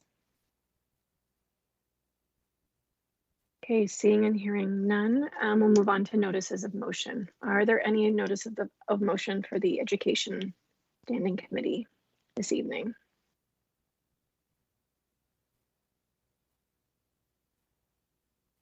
Seeing none, are there any announcements? I do have a few. So I'll start, and if anyone has any, just put it in the queue and I will make sure that you have your chance to announce. June is National Indigenous Month. The Greater Essex County District School Board has provided information to our educators to support them in celebrating Indigenous history, people, and culture throughout the entire month. An array of learning opportunities are included, such as an Indigenous Youth Symposium, Indigenous art tours, author presentations, and skilled trade learning sessions with Indigenous leaders. Second announcement, we have recently announced the winners of the Pluralist Writing and Art Anthology Contest. This year's theme is, why is it so hard to talk about blank? And we've received over 200 entries, including art and writing submissions from every single GECDSB secondary school, which I think is absolutely fabulous. The 32nd edition of the Pluralist will be published this fall and available on the board website, which I highly look forward to. As well, to honor the spirit of 215 beautiful Indigenous children who were found at the former Kamloops residential school site, our Canadian flags are at half-mast. And as we know, June 1st marks the beginning of Pride Month. And our Rainbow Pride flag, which was scheduled to begin flying today alongside the Canadian flag, will be delayed in terms of being raised until such a time as the Canadian flag is at full mast to show our deepest respect for those lives lost and so many others who did not return home. And finally, a follow-up for the last announcement that I made about my kindness campaign that Little Hands Kids for a Cause ran, and we did get 2 of our superintendents nominated.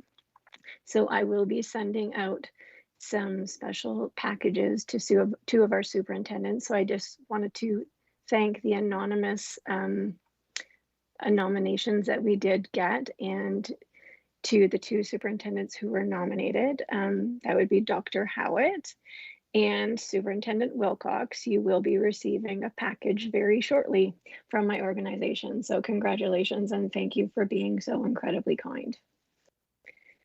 And Trustee Sartori, I see that you do have an announcement. Thank you. I do. And this was actually just shared with me by Trustee Burgess. So I wanted to congratulate Athavan Balakumar, a grade 10 student at Massey Secondary, the 2021 Southwestern Ontario District of Optimist International. He is the oratorical winner. And this was sponsored by the Optimist Club of Riverside. He won a $2,500 scholarship and will now have the opportunity to represent our district at the regional contest on July 22nd. And he could win up to $22,500 if he goes all the way in the next 2 levels of the competition. So a huge congrats to Athavan Balakumar from Massey. And I hope everything goes well for you at the next step. Thank you. Congratulations from all of us.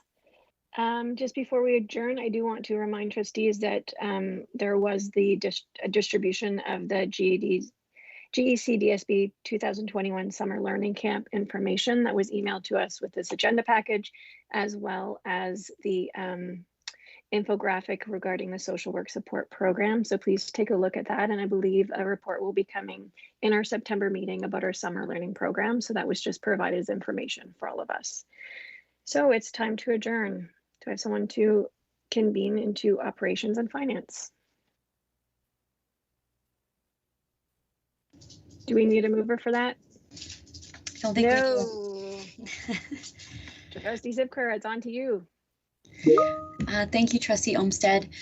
I will call this meeting to order at 8:59. All trustees in attendance would be the same as our Education Committee meeting this evening. Can I get a mover for approval of the agenda?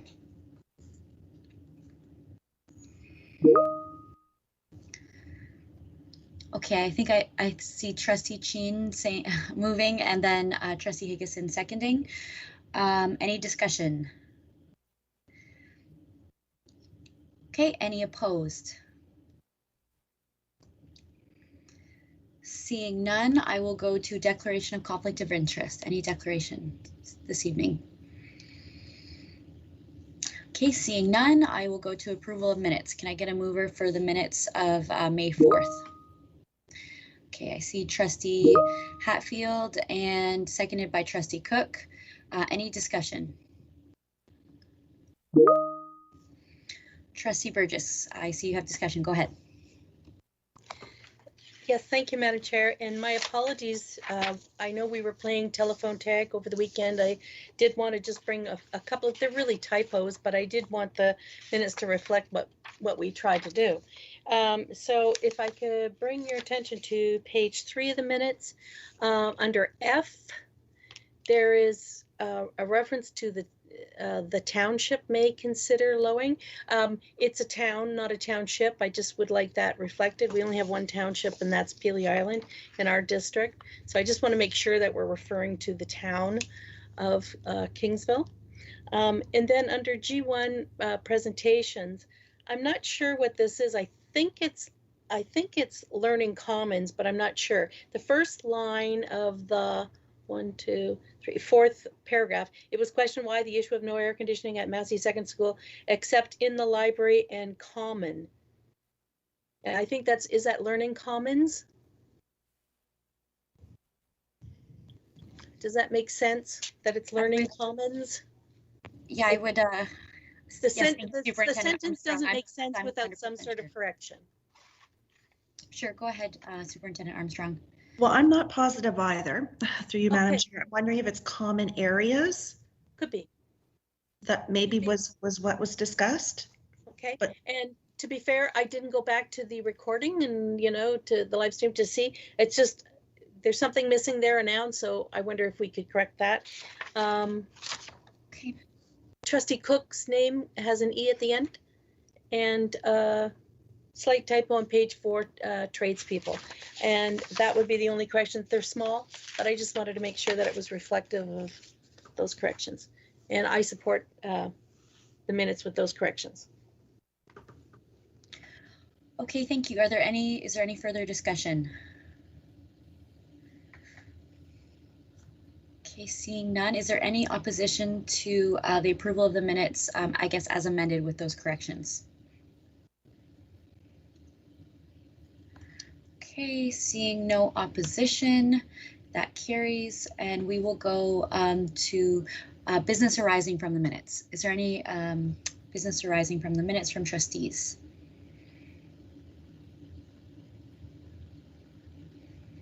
Okay, seeing none, we will go to presentations. Item G1 is a 2021-2022 budget update, and Superintendent Armstrong, I will hand that off to you.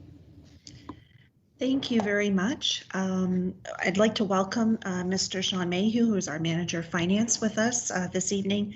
And I do want to thank him for the tremendous work that he's done so far on the budget process to date. So tonight we wanted to just take you through an update in terms of where we are at with the 21-22 budget. Next slide, please. And what we'll provide with you today is some information with respect to the timelines and our current status. We will give you an overview of the grants for student needs funding changes. And then we will take you through some information with respect to budget consultation and the preliminary and draft 21-22 budget from a highlights perspective. As well, then we will provide some information with respect to opportunities and risks, and then we're happy to take any questions. So from a timelines and a current status perspective, throughout March and April, the board engaged in some budget consultation and initiated a budget survey to our staff, students, parents, and community partners. Then on May the 4th, the Ministry of Education released its Grants for Student Needs Funding technical paper, and EFIS, which is Education Financial Information System, which is a system that we input all of our data and information in, and it helps us project and generate our funding. On the 18th, so 2 weeks ago, we provided the board with a presentation of the funding changes in the Grants for Student Needs technical paper. Tonight, we're providing you with a high-level budget update in terms of how the 21-22 budget is shaping up. On June the 15th, thereabouts, we're hoping a little bit before that, we will provide the draft budget packages to our trustees. And on June 22nd, we will have a special Operations and Finance Committee meeting so that we can go through a detailed presentation of the budget and obtain approval from the trustees for the budget. On June the 30th, the board is required to submit its budget to the Ministry of Education in conjunction with our EFIS submission. Next slide. So on May the 18th, administration provided an update to trustees on the changes to the 21-22 GSN meaning grants for student needs, based on the ministry's funding release on May the 4th. So for the next couple slides, I'll just provide a fairly quick update since we did go through this information 2 weeks ago, but I think it's important to at least have the discussion in context of the budget update. So with respect to compensation for centrally negotiated compensation, the salary benchmarks throughout the GSN have been increased by 1%. It does exclude the director, senior administration, and our principal and vice principal groups. With respect to the secondary panel, there is now a differentiated funding model with respect to the introduction of online learning. So starting in 21-22, the ministry is changing the secondary school funding methodology for online courses by adjusting the benchmark funding for classroom teaching staff based on a differentiated funding average class size for online and in-person learning. The secondary benchmark will be funded using an average credit load of 7.5 credits per pupil, and it's split between an assumption of online learning and in-person learning. And that's noted in this slide, as you'll see, where in-person is a class size of 23:1, online is a class size of 30:1. And what this will result is the elimination of the online learning adjustment in the cost adjustment and teacher qualifications and experience grant. Next slide. With respect to additional education software licensing, this funding is for educational software that supports learning in and outside of the classroom. The additional education software licensing per pupil amount has increased to 84 cents to coincide with the expiration of the ministry's term-limited licenses for digital learning tools.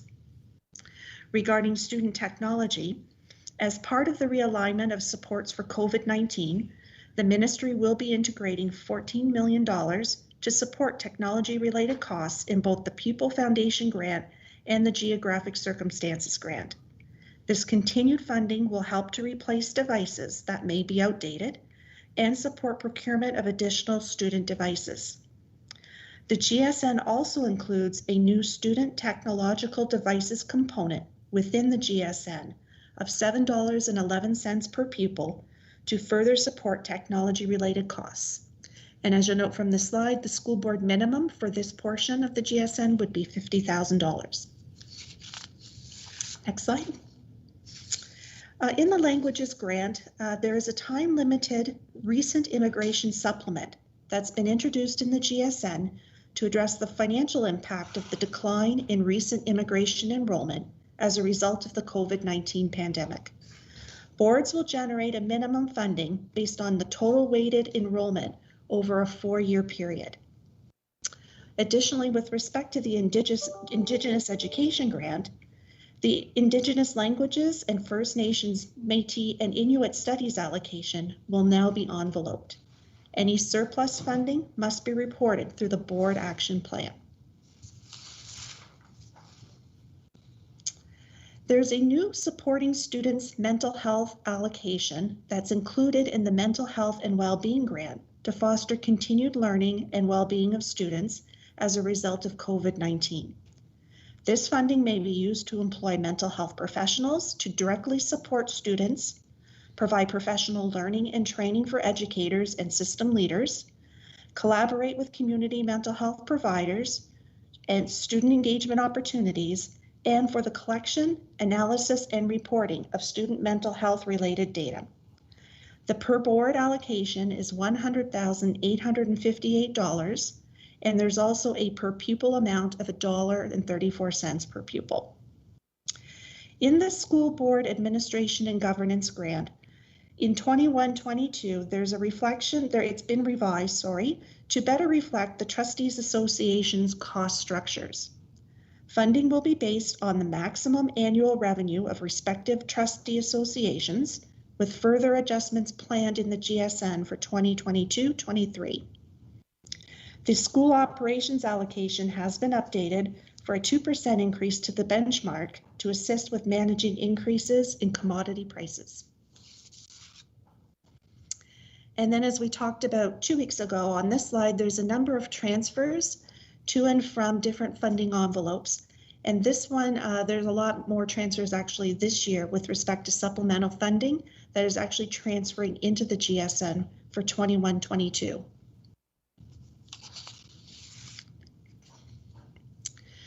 So in preparation for the 21-22 budget, the Greater Essex County District School Board invited parents and guardians, students, staff, and community members to provide input into the budget development process through a survey. The survey requested input to help guide the budget development to ensure alignment with the board's strategic priorities. A link to the board's strategic plan and the survey was shared via the board's website, social media, and through our schools in March of 2021, and was open for an approximate 2-week period. Next slide. So on this chart, we wanted to give you a depiction of the number of respondents that we had. So we're pleased that we had 825 individuals who responded to the survey. Of the 825, 561 were represented by staff. There were 307 parents that provided input, 64 community members, 43 students, and then a total of 13 representing other individuals and community partners.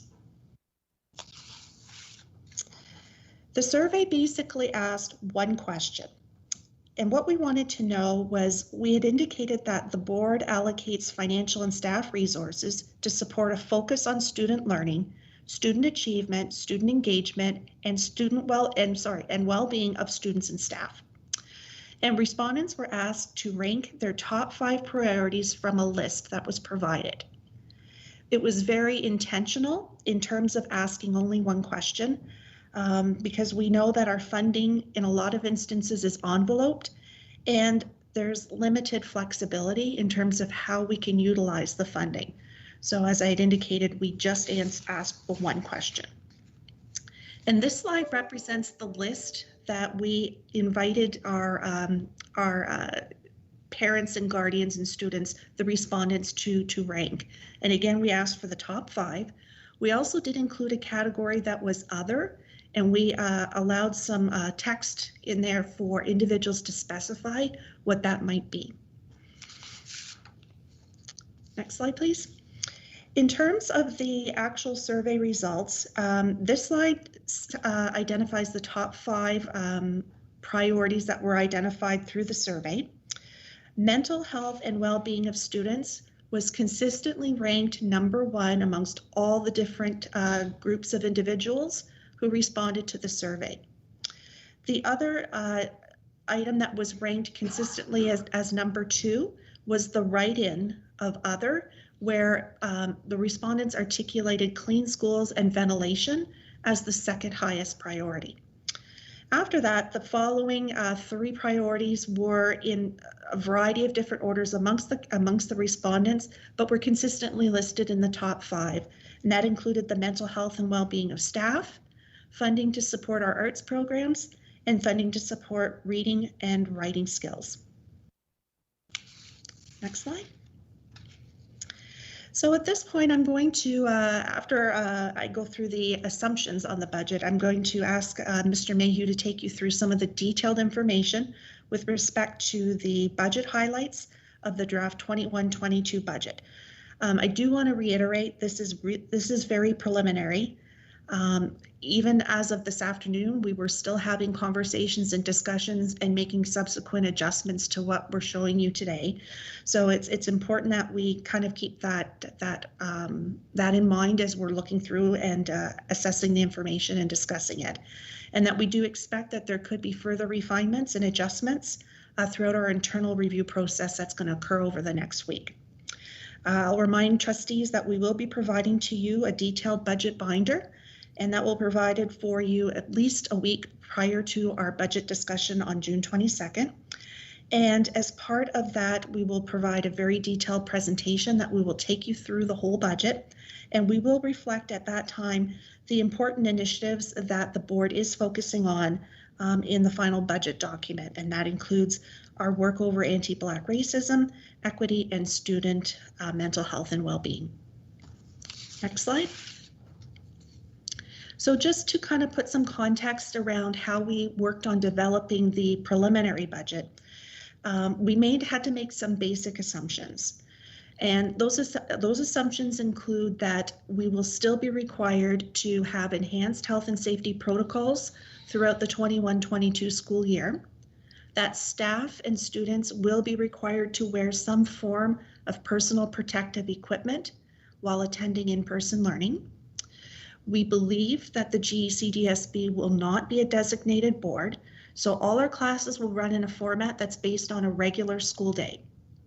Remote learning, as we've discussed through the Education Committee, is an option that must be available to all students. That international travel restrictions will still be in place and will have an impact on our international student enrollment. And we're also making the assumption that our schools will remain open for the full school year. And as we've discussed, the situation with the pandemic is still very fluid. And so we need to be open to the fact that there could be changes, but for purposes of the budget, we've had to make these basic assumptions. And with that, I would like to introduce Mr. Mayhew, who will take you through some of the more detailed items on the preliminary budget discussion. Thanks, Shelley. Good afternoon, everyone. Sorry, I'm getting a bit of feedback here, just a moment. So the next few slides, we're going to go through a lot more of the detail, look at some of the numbers that are flowing into the draft budget right now. Just want to emphasize as we go through this again that this is really preliminary. As Shelley mentioned, we were discussing some more changes this afternoon, and we'll continue to update the budget accordingly until we ultimately get to that final draft version, which will be issued to you in your board package. At a bird's eye view here, you'll see our total budgeted revenues of $472.1 million. That represents an approximate 1% increase compared to the prior year budgeted revenue. And we're budgeting total expenses to be $476.4 million. And you'll see that that results in a operating deficit of $4.3 million, which will be 1% of our operating allocation. And we'll explain that in more detail as we go through the slides. Our capital budget is $83.9 million, and of course that is fully funded. It represents a 4% increase year over year. So as I mentioned, we're budgeting a deficit for compliance purposes of $4.3 million. That represents exactly 1% of our operating allocation, which is the maximum deficit we are allowed to budget for at this time. We'll go through that in further detail as well in some future slides. New in 2021, 21-22, the adjustment for amortization on committed capital projects is no longer being charged against the surplus for compliance purposes. So what that essentially means is in previous years, we had to reserve some of that deficit to allow for that adjustment. We no longer have to do that, so it allows us the full 1% of our operating to dedicate to the deficit without adjusting or reducing for that amortization. So that's a positive thing, and we'll talk about that and see how that works in the budget moving forward through the slides as well. Included in the budget is COVID-related funding totaling a little over $3.7 million. And we'll see that that represents 1% of the board's allocated partnership and priority funding that is available for COVID, as the ministry guidance suggests that we are to only budget for 1% of the support for now. And then we're going to, of course, reevaluate that, and the ministry is going to reevaluate that process and determine if boards can access more in the fall, and that would be part of the revised budget process. So as you are all aware, a majority of the funding is determined by enrollment. That's why it's important right off the start here to review what our projected enrollment figures are compared to the prior year, as that significantly affects our funding. This slide reviews enrollment projections compared to the prior year budget and revised budget. Budget to budget, the board is projecting a decrease in elementary enrollment of 787 and an increase in secondary enrollment of 109.5 for a total decrease of 677.5.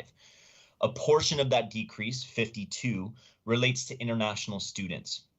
As a result of the pandemic, of course, travel restrictions, reductions in travel have resulted in lower international student enrollment. And again, that shows in our projections.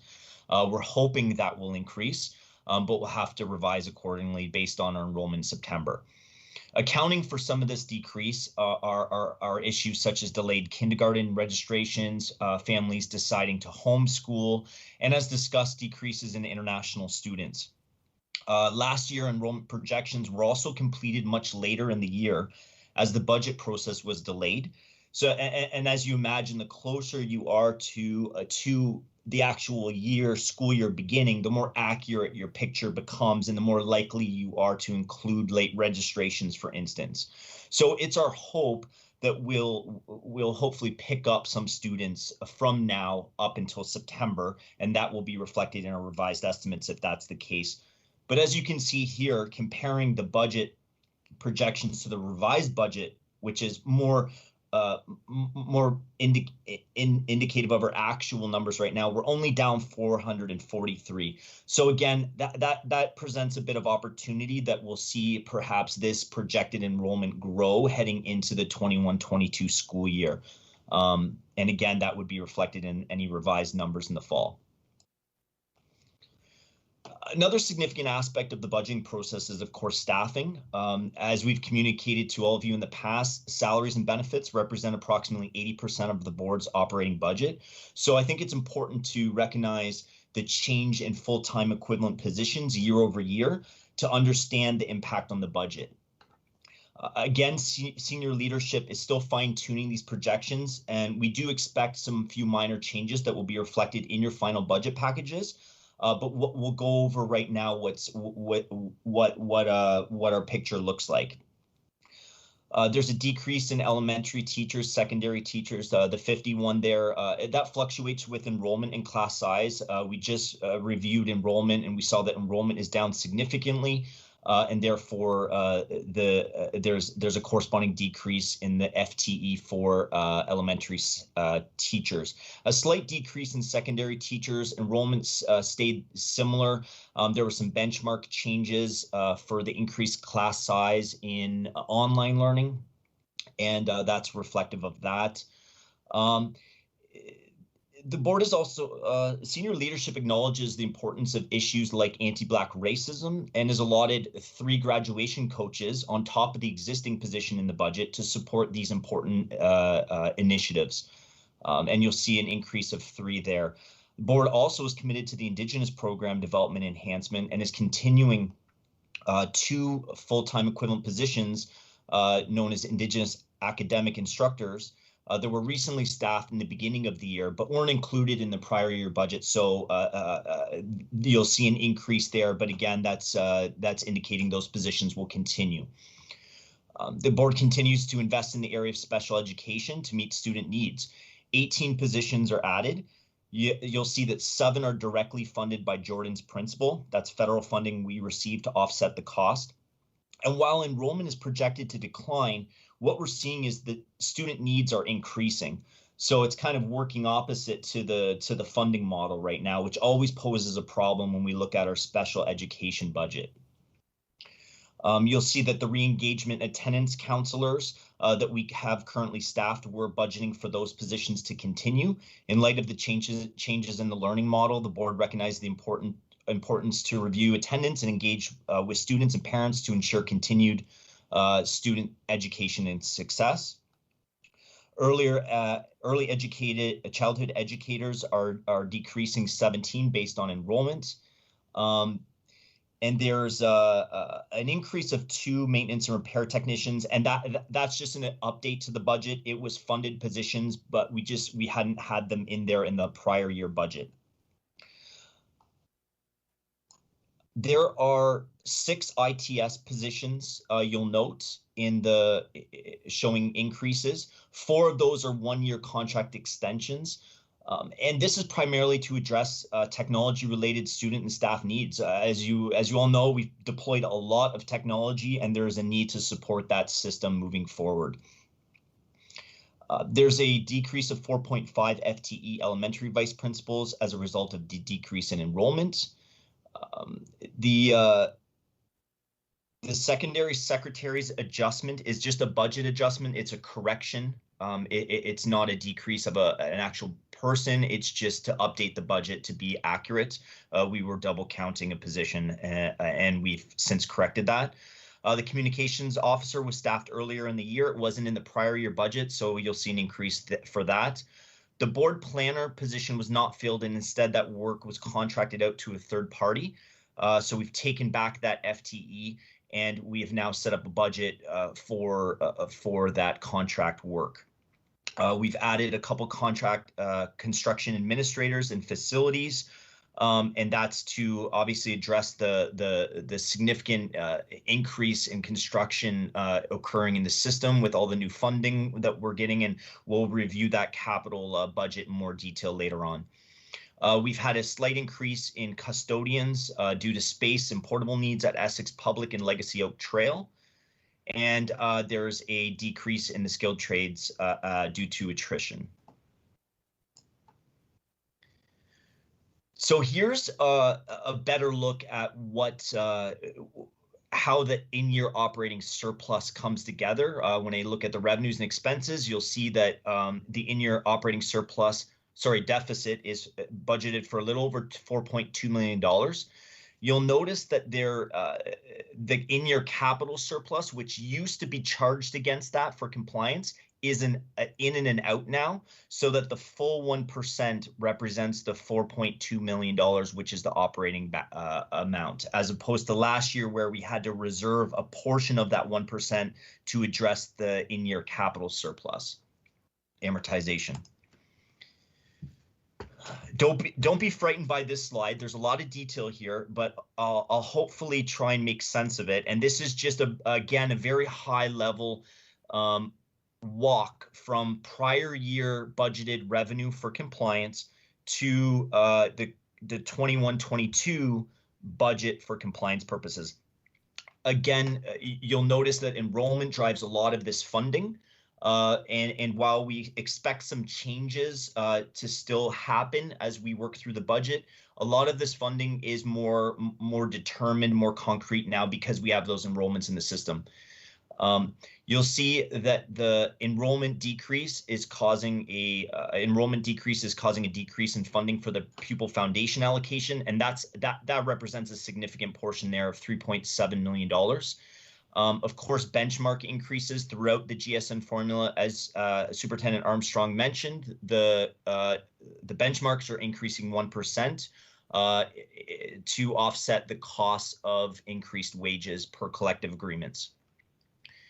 You'll see here the additional student technology devices, 253,000. That's the amount that's driven by the $7.11 allocation per student for additional technology needs. It's not a lot. We were kind of joking that barely affords a mouse or a keyboard per student, but we're happy that there's additional funding provided in the formula, and we've budgeted that to be used for technology. You'll see there's a slight decrease in the school foundation allocation as a result of the enrollments, and of course that's the grant that funds the positions for administration, such as principals, vice principals, and secretaries. There's a decrease in the special education grant. That will be further detailed in your package, and we have some more detailed reports on special education, but essentially enrollment is driving a large part of that decrease as well. The language allocation component, the DEL component, that's increasing 1.6. That's good news. There's recently been that enhancement in the immigration funding amount.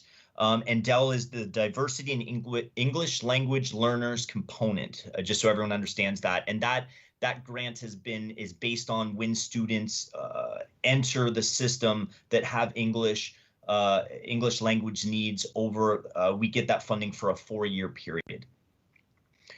There's an increase in bench qualifications and experience funding of 1.9. That's because teachers are more experienced and higher on the grid.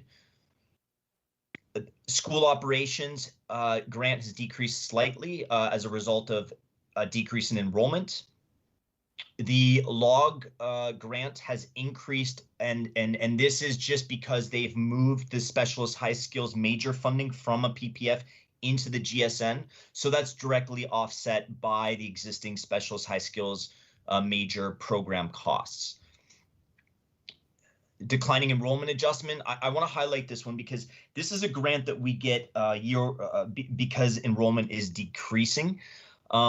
This is a time limited grant. It reduces over a 2-year period. So we just have to be mindful that we can't rely on that funding moving forward if enrollment continues to experience that decline or stabilize. That grant will eventually go away. And will go away if we have an increase in enrollment. The Indigenous education allocation, there's been an increase in pupil credits budgeted. We're running more of the NBU courses, which generates additional funding. And I'll be happy to say that we've we've reinvested that money into the Indigenous programs and increased supply budgets and staffing budgets accordingly. Interest on capital, that's an in and out. There's a decrease in interest expense. It's offset by a decrease in expenses. Employment services, this is alignment of budget with actual. Again, this is a decrease, is offset by a decrease in expenses. PPFs have decreased. That's the Partnership and Priority Fund slightly as a result of reallocations into the GSN, net of some small new PPFs.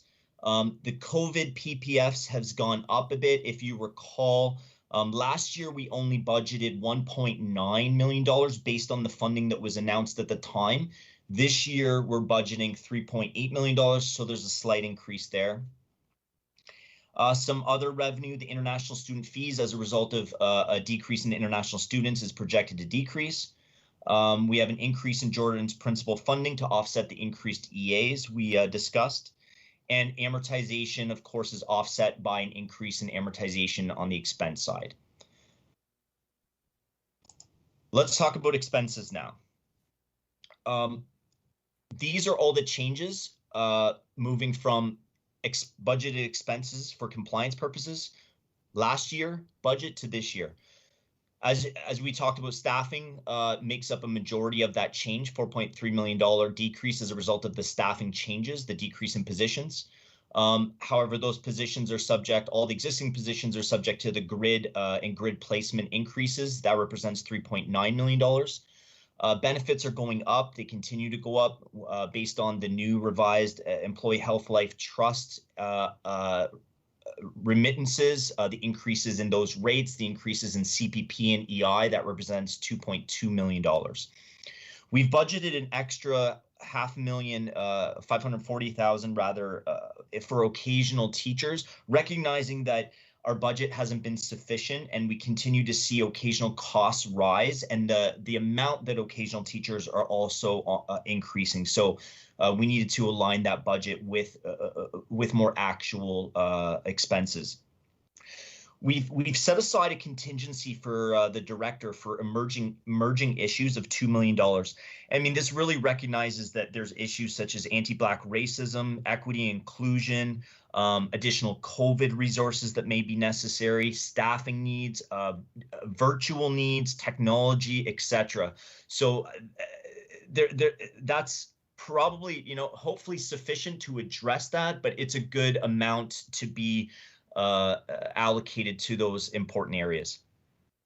There's a slight decrease in COVID expenses just based on the revenues and the expenses. There's a slight decrease in agent fees, less commission for international students. We're increasing the Indigenous supplies budget by $84,000 to align with the BAP, the Board Action Plan amounts. We're also increasing the equity and inclusion budgets by $70,000 on top of the 30 that we already have, so 100 total to address equity and inclusion, which is also an important topic and issue. Other net changes throughout the budget, $72,000. We're budgeting for a new website of $250,000. We're starting work on that now. Some of those expenses may fall into this year, and if that's the case, we could hopefully reduce some of that for next year. However, we've set up that budget just in case to allow for those expenses. There's the specialist high skills money we talked about, the additional funding that moved to the GSN. Sorry, it's not additional funding, it's moved funding, reallocated funding. These are the expenses. There's a decrease in employment services to match a decrease in funding. There's the school opening supplies budget we've increased to recognize new school openings such as Legacy Oak Trail and first time equipping for some textbooks and materials. The increase in amortization is offset by the increase in funding. Same with the interest, same with the partnerships and priority funding. And there's our compliance adjustment that we're now getting credit for, and it does not have to flow through the compliance. So that was a lot to go through. The next few will just be a little bit more of a summary, but overall, again, here's the big picture. Our projected opening balance, this is for our accumulated surplus roll forward. We're projecting our opening balance for our operating accumulated surplus to be a little over $22 million, and that's based on our 2021 revised budget. We're going to be incurring the 1% deficit, or $4.276 million, which would bring our operating surplus to $18.1 million. And our capital budget, you'll see, continues to decrease by that amortization. Again, we'll review some COVID-19 funding in more detail and costs over the next few slides. Obviously, there's a focus on supports for learning, recovery, and renewal, student mental health and well-being, health and safety of students and staff. And this is funding to support temporary ongoing COVID-19 expenses. And here is what was released to us by the ministry as our board's portion share for COVID funding. In recognition that the 2021-22 school year may require similar health and safety measures as those implemented in the current school year, the ministry has allocated this COVID-19 funding supports. Funding for additional staffing may be used for teachers, ECEs, custodial staff, school-based administrative support, principals and vice principals to support smaller cohorts, for example. Funding is set at $600,000 minimum per board plus an amount based on ADE. Funding to support school operations is intended to cover additional costs for running ventilation systems, longer and increased filter changes. Transportation funding is to support enhanced cleaning on school buses and maintenance of ongoing health and safety protocols. Funding for re-engaging students and reading assessments supports provide a minimum of $20,000 per school board plus an amount for ADE. And funding for connectivity supports is an application-based program to support connectivity improvements within school buildings. Further details are to be announced. But as I mentioned, our approach and the ministry's is based on the ministry's guidance that we can only budget for 50% of this funding. Boards are required to budget, as I just mentioned, for 1/2 of the resources for the first half of the school year. And again, we'll reassess that at revised budget and determine what needs to be done at that time. Also, boards may access up to 2% of the operating budget from reserve funds, similar to how they've allowed that for this year, and that's to support safe operations of schools. However, the boards are instructed to only budget for up to 1% as part of the budget submission, which we have, and that's what this budget presents tonight. And here's just a quick snapshot of the COVID expenses. We budgeted for the half of the PPFs that are announced. That should say 50% of the allocation, not 1%. And then there's some contingency we've set aside throughout our budget to deal with items that may not be funded, such as additional staffing, PP&E not provided through MGCS, ventilation, cleaning supplies, incremental utility costs, etc. Now we're going to talk a little bit more detail about the capital budget. The capital funding primarily consists of school renewal, which is school condition improvement, school renewal allocation. School condition improvement is a capital renewal program which permits revitalization and renewal of aged building components that have exceeded or will exceed their useful lives. This is a repair and replace program, and items eligible for funding are identified through the ministry's school facility condition assessment, which was completed late in 2019. School renewal allocation. This program allows boards to revitalize and renew aged building systems, components, and undertake capital improvements. The program also allows boards to address maintenance requirements such as roof patching, painting, and pavement repairs. The ministry encourages school boards to prioritize expenditures to address facility condition, health and safety, and general code requirements. There's the school operations allocation. That funding allows boards to address the cost of operating school facilities, heating, lighting, maintenance, and cleaning. Temporary accommodation allocation. This funding is used for portable moves, leases, purchases, as well as the lease costs for permanent instructional space. And of course, capital priorities is the significant portion of the funding, which represents new school builds, consolidations, additions, etc. And here's just a quick overview of the different components and the budget of revenues and expenses for the capital budget.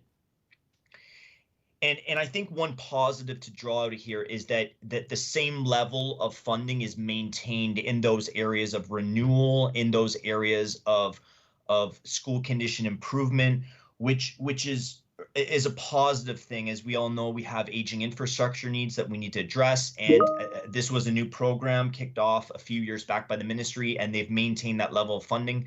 And we can also see that a portion of the resilience infrastructure stream funding falls into the next year as that funding is set to expire in December.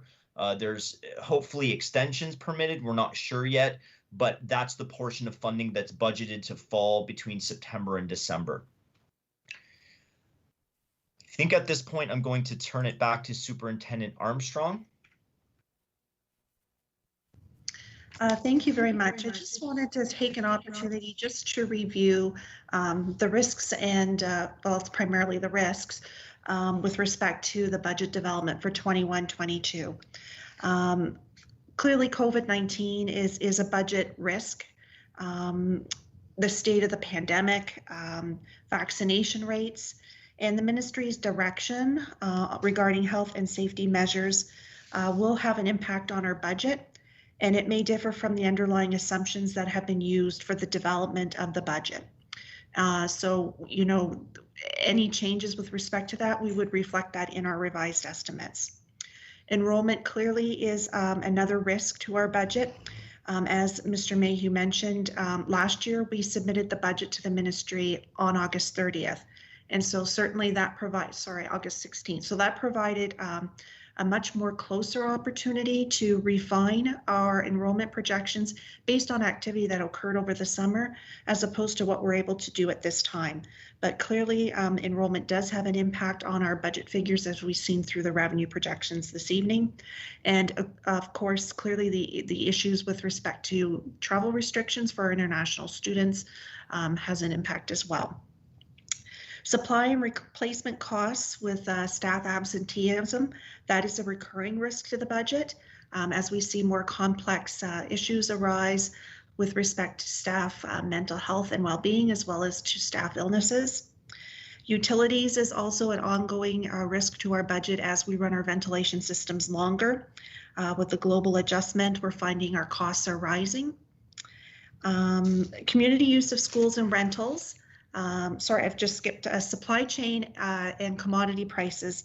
That is a risk because we're seeing that the economy is trending towards an inflationary market where our commodity prices are increasing and the demand for products and services is exceeding the supply.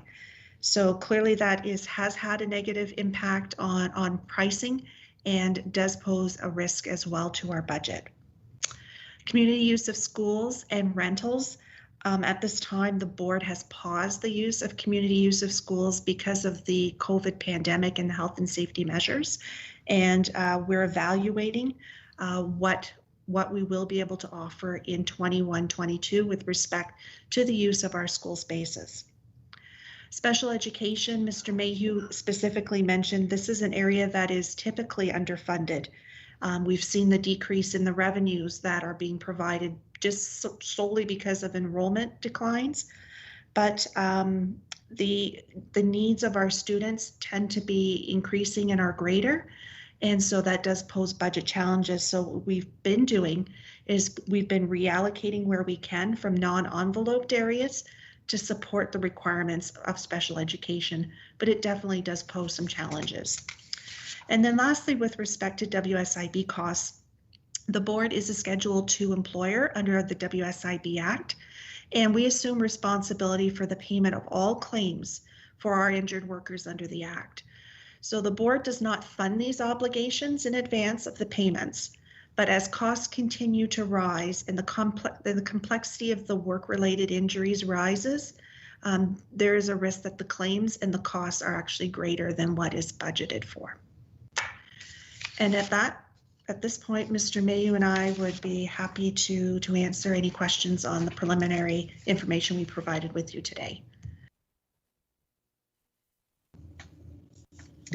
Thanks so much, Superintendent Armstrong and Mr. Mayhew. We appreciate all the time and detail that you put into that presentation. I know it's a couple of weeks in advance from when everything is due, so it gives us some time to process and also for it to be publicly available to know the direction that we're heading in. So I noticed that there is a number of questions here from trustees, so I'm just going to start making my way down the list. So Trustee Higgison, go ahead. Thank you. And through you, Madam Chair, I want to echo thank you very much to Superintendent Armstrong and to Sean and your team for putting that comprehensive, not only slideshow together, but the added detail that you provided in your commentary. It's very helpful to us as we kind of look through this. Superintendent Armstrong alluded to this, that we can see the impact of decreased enrollment on the revenue that the board can put toward the supports that our students and educators need. The declining enrollment adjustment and that half a year COVID PPF funding, they barely cover that gap that we have from decreased enrollment. And yet we know that the students that are coming back to us are coming back with increased need. And I see a decrease in staffing and a worrying decrease in special education funding even, which is chronically underfunded. So my question is, it's kind of philosophical, but a little bit detail oriented. Where are we going to see the impact of the supports that we know our students and educators need? And if we're reducing staff in some areas of need, how do we envision stretching this budget to meet the incoming increased needs?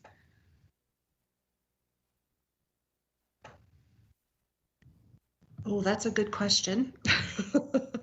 That is a good question. Certainly there's some budget initiative that we are putting forward for example, for re-engagement counselors to try and support our student needs, graduation coaches, things along those lines. And we will certainly articulate this when we provide a detailed budget for you in your package in a couple of weeks. The challenges are there. I don't dispute that. I don't know, Mr. Mayhew or maybe Director Kelly might be able to articulate a little bit further some of the initiatives we're going to try and put into place. Through you, Madam Chair, the things you mentioned, of course, were exactly what we're concerned with. Further, though, I think in special education, and Mr. Superintendent Wilcox will reiterate this, is that we have added in the area of special education. We have added in the area of graduation coaches. We have added in the areas that we think that will, like Indigenous support. I think we've added where we think we really need to add, because those are going to be priorities. The area of mental health will be another concern for us. We have kids coming back to school. We have people who need support. And so I think we've tried to prioritize those things. And further, Mr. Mayhew mentioned the director's contingency. It is my hope that we would support particular programs, needs, and things that come up through that, so that we have a bit of flexibility to do that. I don't think that'll take long to use. And I know this is going to be a challenging year. We have to have some flexibility. Thank you for the question. Is there a supplemental there? Yeah, just supplemental to that. I know, Sean, you mentioned this a little bit, we get to budget for half of that PPF funding that's coming for COVID, and we'll probably be able to kind of look at that in the revised projection. When do we have a sense yet of when we expect the ministry to let us know that we're allowed to use the second half, or that we're allowed to budget for that? Do we have any? I mean, we have enough to consider. We just got done talking about learning models, and we're trying to think about staffing, all of those things, and the idea of having to do half of this work with the unknown other half. I just can't imagine it. Do we have a sense from the ministry of when we can expect that invitation to use that money to come? Sure, go ahead, Mr. Mayhew, or whoever. Through you, Madam Chair. I mean, I think that you just clearly defined the concern that all school boards are dealing with right now, and that was a very popular question that was asked in all the budget consultation meetings that I was involved in. It was very clear: how are you supposed to budget for half of the year? So really and the ministry's response was that well, you budget for half, and we'll tell you later in the summer what might be the outlook, and then we'll revise at revised estimates and have a plan at that point in time, understanding that some of those positions that you can staff should be temporary in nature to address the temporary needs. So that was their rationale. But when you have positions that are continuing with certain needs, it's tough to budget for a half of a year. So you're right. This is a challenge. We've seen the pressure in the budget, and we're just continuing to follow the ministry's guidance in providing for 50% of that funding. And perhaps I can supplement. I think that's why, through you, Madam Chair, why we're suggesting we need to access the 1% of our surplus to provide that flexibility to address some of these issues and these determinations that aren't known at this time.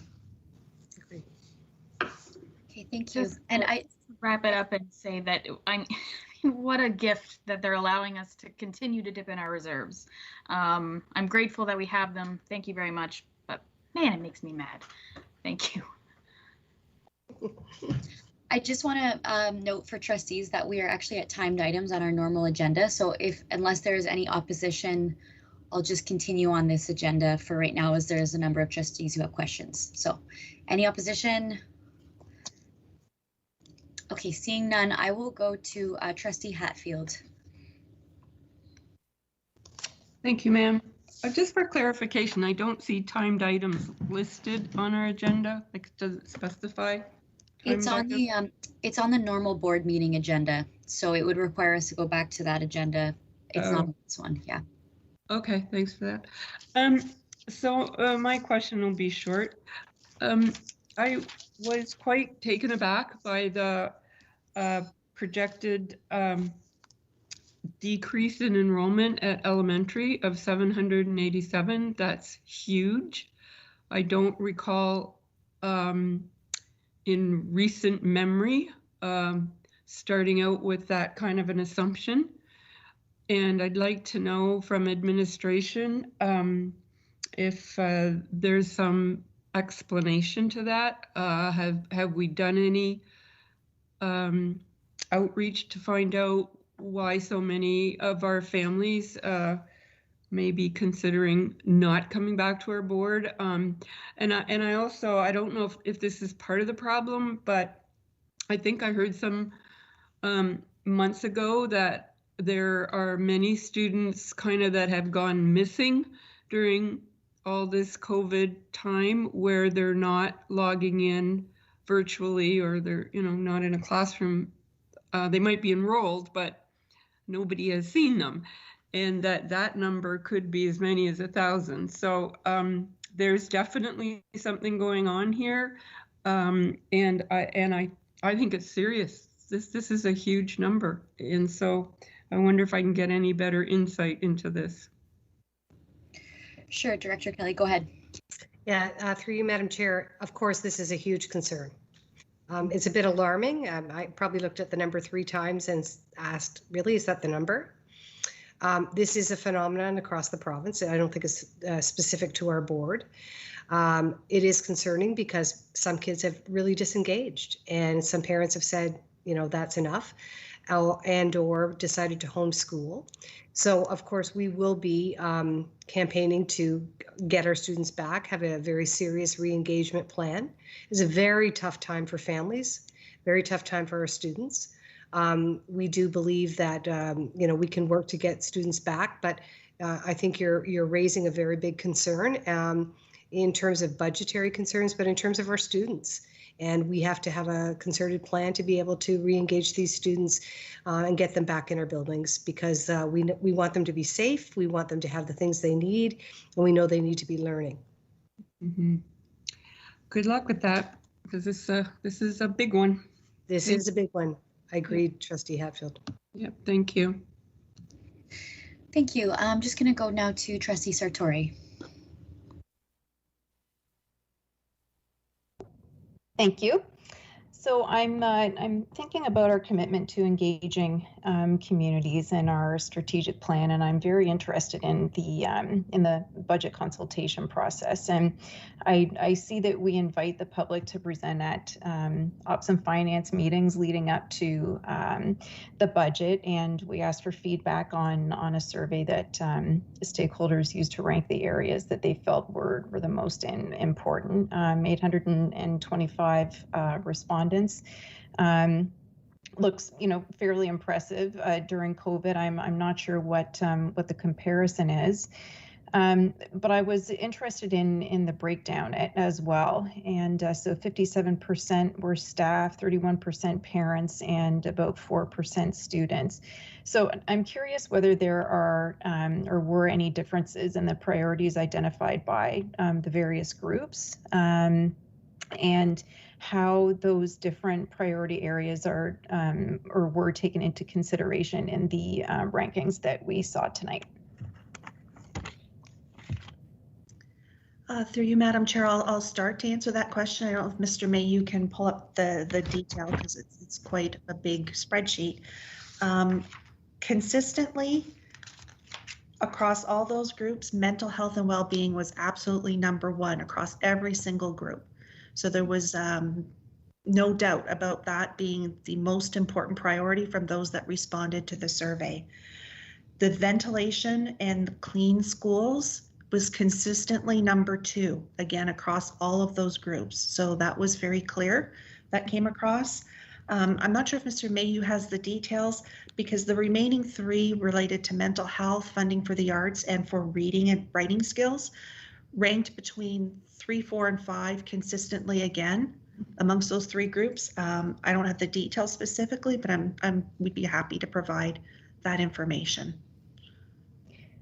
I think that's sufficient on that question. Thank you. It's very interesting how how much I guess agreement or overlap there was. I did have a supplemental, if I may. Thank you. Yeah, go ahead.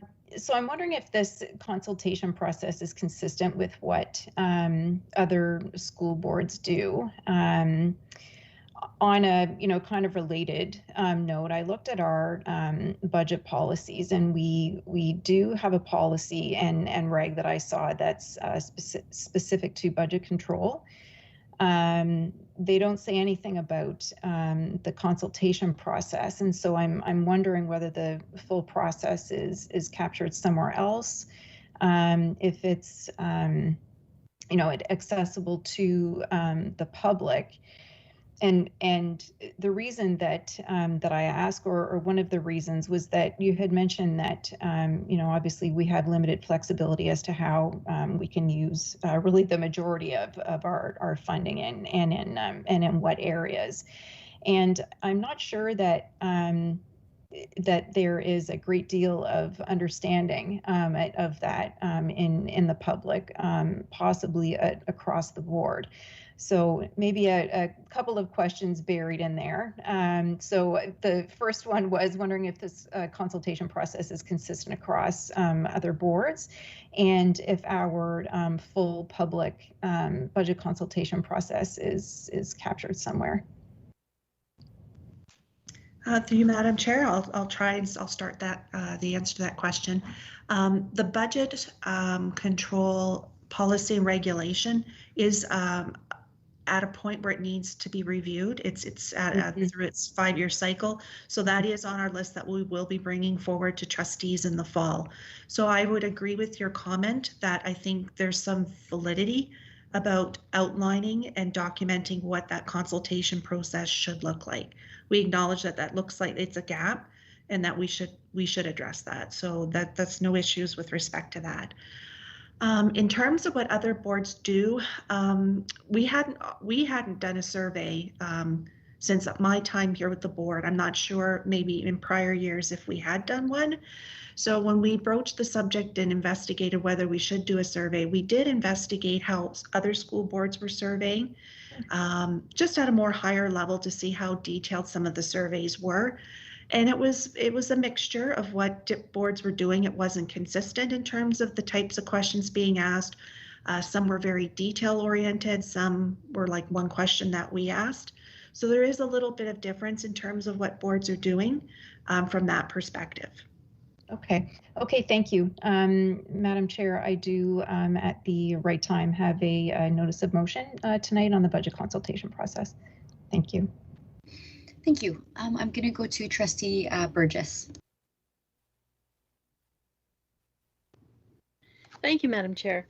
And thank you to the previous questioners, because those are all excellent questions and were certainly on my list. My question is about your reference to not knowing where we're going to stand, what we're going to do with community use of schools. I look at the budget consultation and I see, I'm going to refer to it if I can, you just did, the prioritization of what people are looking for: mental health and well-being, students and staff, clean schools and ventilation, and arts, visual arts, music, drama, being, the top 4. Community use of schools, of course, taxpayers, public education supporters, 70 to 75% of people who support public education don't have children in school. And yet they look for our facilities to ensure things like increased mental wellness and arts and things like blood donor clinics and all kinds of community groups, recreation, fitness, wellness. And again, they represent 70% of the folks who contribute to the coffers. And we haven't had any because of health and safety, concerns for the last year and a bit. As you know, I sit on Migration Hall Committee, and I will be, our fiscal year end was May 31st. So we've had some chats about different things. Financially, we're okay. We'll have a meeting. We'll be able to publicly share that. But there's real concern that we want to get back into our buildings. We want to get back in, whether it's the volleyball group or the, whomever, whatever. They want to get back into our buildings. So I understand the hesitancy, and I understand that everything we have is written in pencil. The deadlines, we still have the crystal ball. So, but can you give us any indication for the community use of schools, not only for the use, but the revenue as well, when we can get back so that our community can actually use our facilities? Thank you for that question. Through you, Madam Chair. We take all of our guidance from the health unit, and we also take our guidance through the provincial reopening plan. And so that has influenced, or it has had a great deal of influence in terms of what we are doing in terms of allowing people into the schools for community use. So I appreciate, we fully acknowledge how challenging it's been. We've had instances like even in our secondary schools, we can't even have a full class of students in a classroom because we're trying to cohort. But certainly we do understand and appreciate the importance of those spaces for our community groups, for the municipalities that we partner with for use of our facilities. And we continue just to watch the guidance on the provincial reopening.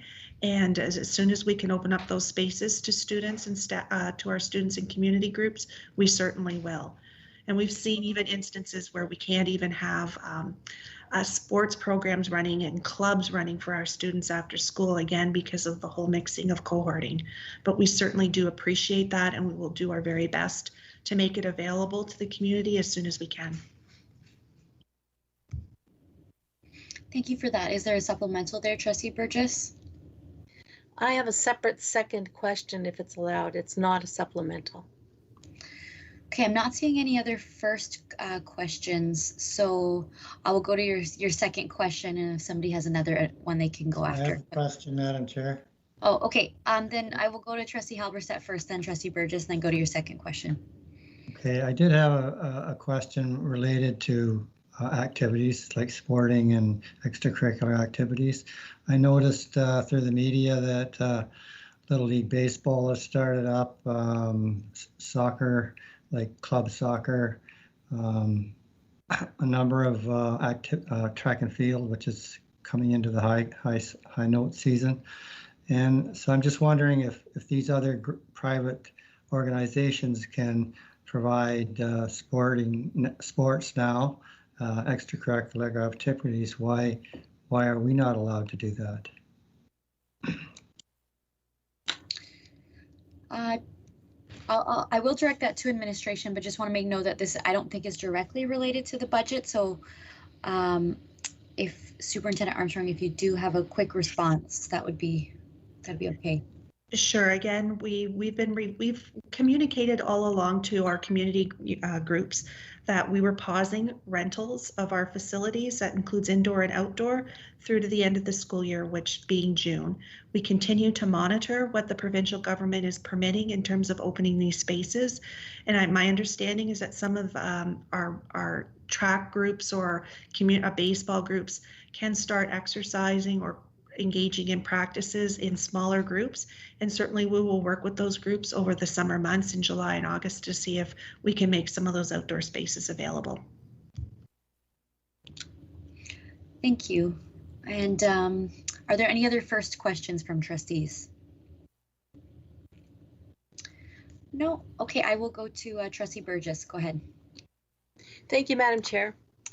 Thank you so much for all the work, of course, and looking through what has been presented in draft form, again, written in pencil, but I'm trying to join up where things are ministry mandates with the ministry funding that goes to support those mandated things. So we're mandated for offering virtual schooling. We're mandated. And I see $7.11 per student for IT.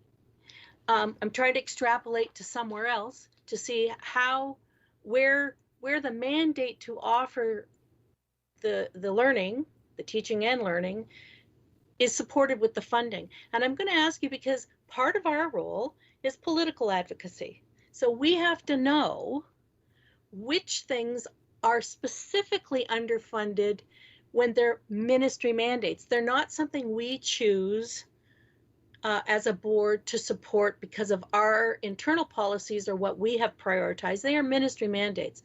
So I think is a perennial, special education. I think that, jumps out at us. I can see still the virtual learning and the IT and some other things. Can you identify specifically where we're underfunded because of ministry mandates, where that doesn't jive? Oh, that's a good question. Through you, Madam Chair, I think part of the challenge that we're going to have, that we have in answering that question right now, is we haven't fully determined what the learning model will look like for online learning. And so there's been conversations this evening about a hybrid model versus having a virtual school model. And there are different cost structures that are associated with each of those models. So that does pose a bit of a challenge. We also still don't know yet for certain what are the enhanced health and safety protocols that we're going to have to follow in schools. So I don't know necessarily, am I going to need additional casual custodians to clean high-touch surfaces twice a day? Are we still required to do that? Which would then also have a cost on our chemical and disinfectant and those types of costs too. So it's a great question. It's tricky to answer for those reasons.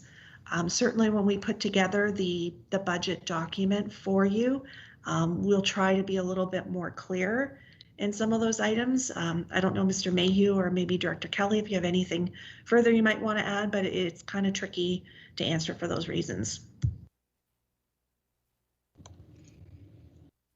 I would agree. It's very tricky given all the considerations that are happening. Thank you. I appreciate that response, knowing the uncertainty. Trustee Burgess, did you have any supplemental there, or did that kind of answer your question as It does answer, and in that it's really not an answer in a way, because I'll tell you why. You know, we have an annual general meeting of OPSFA coming up, and we collectively as trustees try to see patterns. You know, superintendents of business see patterns, directors see patterns. You know, everybody needs to advocate in their realm. And you know, it's June 12th. It's prior to our budget. We're still, I know, in draft mode, but it would help. So if you do come to some sort of clarity that I can prioritize and give, you know, some sort of report at the director's table, it would be helpful, because the more that we can see our collective action, you know, we have something in common with other boards, the more we can advocate for that whenever that time in the fall to look at the other half, blah, blah, is, we can say, well, we see this coming. This is a freight train and it's coming. So we need to identify that as soon as we can. And I appreciate the delicacy of that question and answer. Sure, go ahead, Mr. Mayhew. I saw your hand go up there. Yeah, through you, Madam Chair. Just one of the points I wanted to add to Shelley's comments was one of the areas that's evident right now through preliminary budgeting is the area of special education. I think that's one for sure where, as Director Kelly mentioned, a lot of boards are experiencing decreases in enrollment throughout the entire system as a result of homeschooling or disengagement of students. And I think that the funding is not representative of the decreased enrollment. We're being hit with declines in the special education amount, but yet we're seeing students that still are coming to the system with an extreme high needs requiring additional supports. So if I were to look at the budget at a high level right now, we're definitely going to have again, a deficit in special education upwards probably over the $3 million mark again, which we present every year. And that gap seems to grow. And I think that's definitely one area that's evident so far, that is the funding is not working with the actual needs. Thanks so much for that. Even more detail as to what gaps we're experiencing. And again, I just want to thank both Superintendent Armstrong and you, Mr. Mayhew, and your entire team for all the work that you've put in to try to get us a draft at this point. I think this might be the earliest we've had a draft budget in the last few years, and so it must in some ways feel good to be moving forward on that, even though there's a lot of uncertainty right now. And a lot of the questions by trustees tonight were excellent, so I thank you for that. They've covered a lot of my comments and things that I noted earlier today as well. And I know we're going to be having another 2 weeks to go over all of this, and also time for the public to give feedback to trustees as well, and we can further iron out questions and give further comment. So thank you. I appreciate the work that went into making this happen for tonight.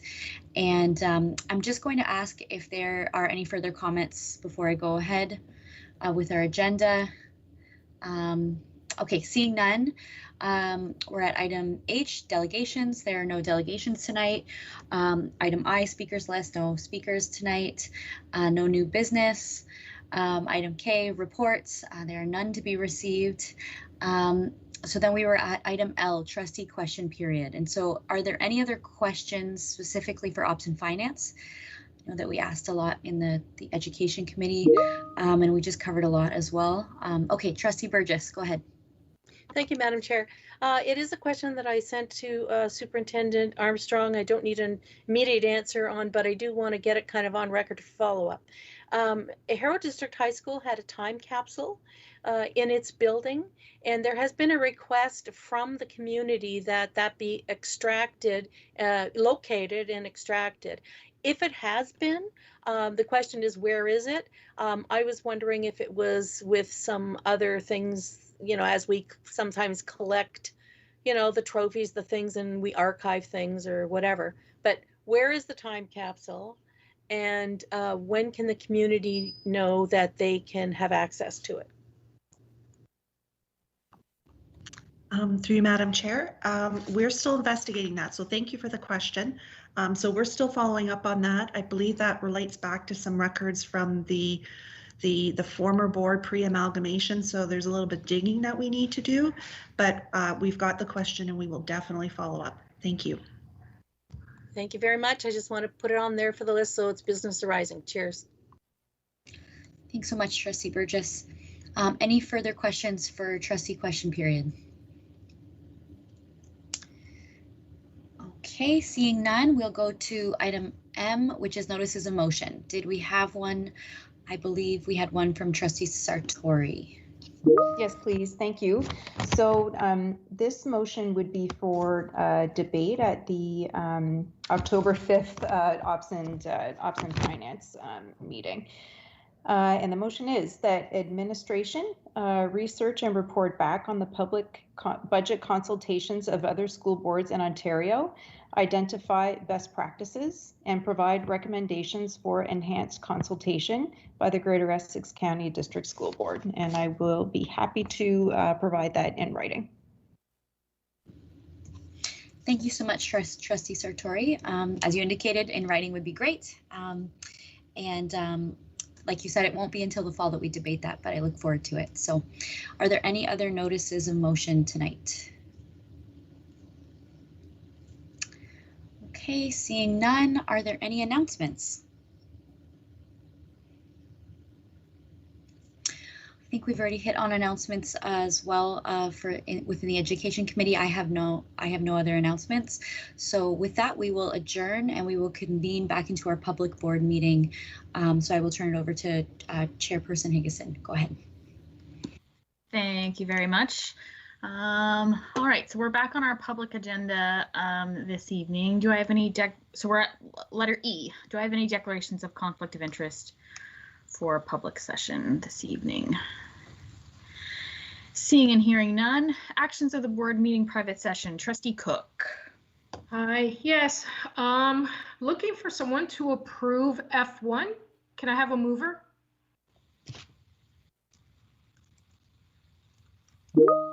Trustee Burgess, and a seconder is Trustee Sipkar. Any opposed? No one opposed. That passes. Thank you. Thank you very much. We're on to approval of minutes. Can I get a mover approval of the minutes of our May 4th board meeting? Cook approves. Thank you very much. Any discussion on approval of the minutes?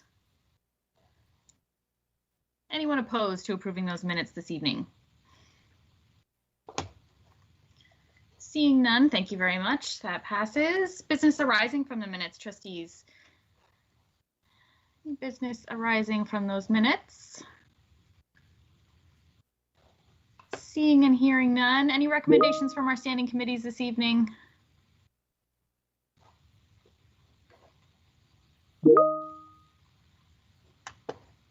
Seeing and hearing none. Any notices of motion for us this evening? I have a notice of motion. Go ahead, Trustee Chin. Thank you, Madam Chair.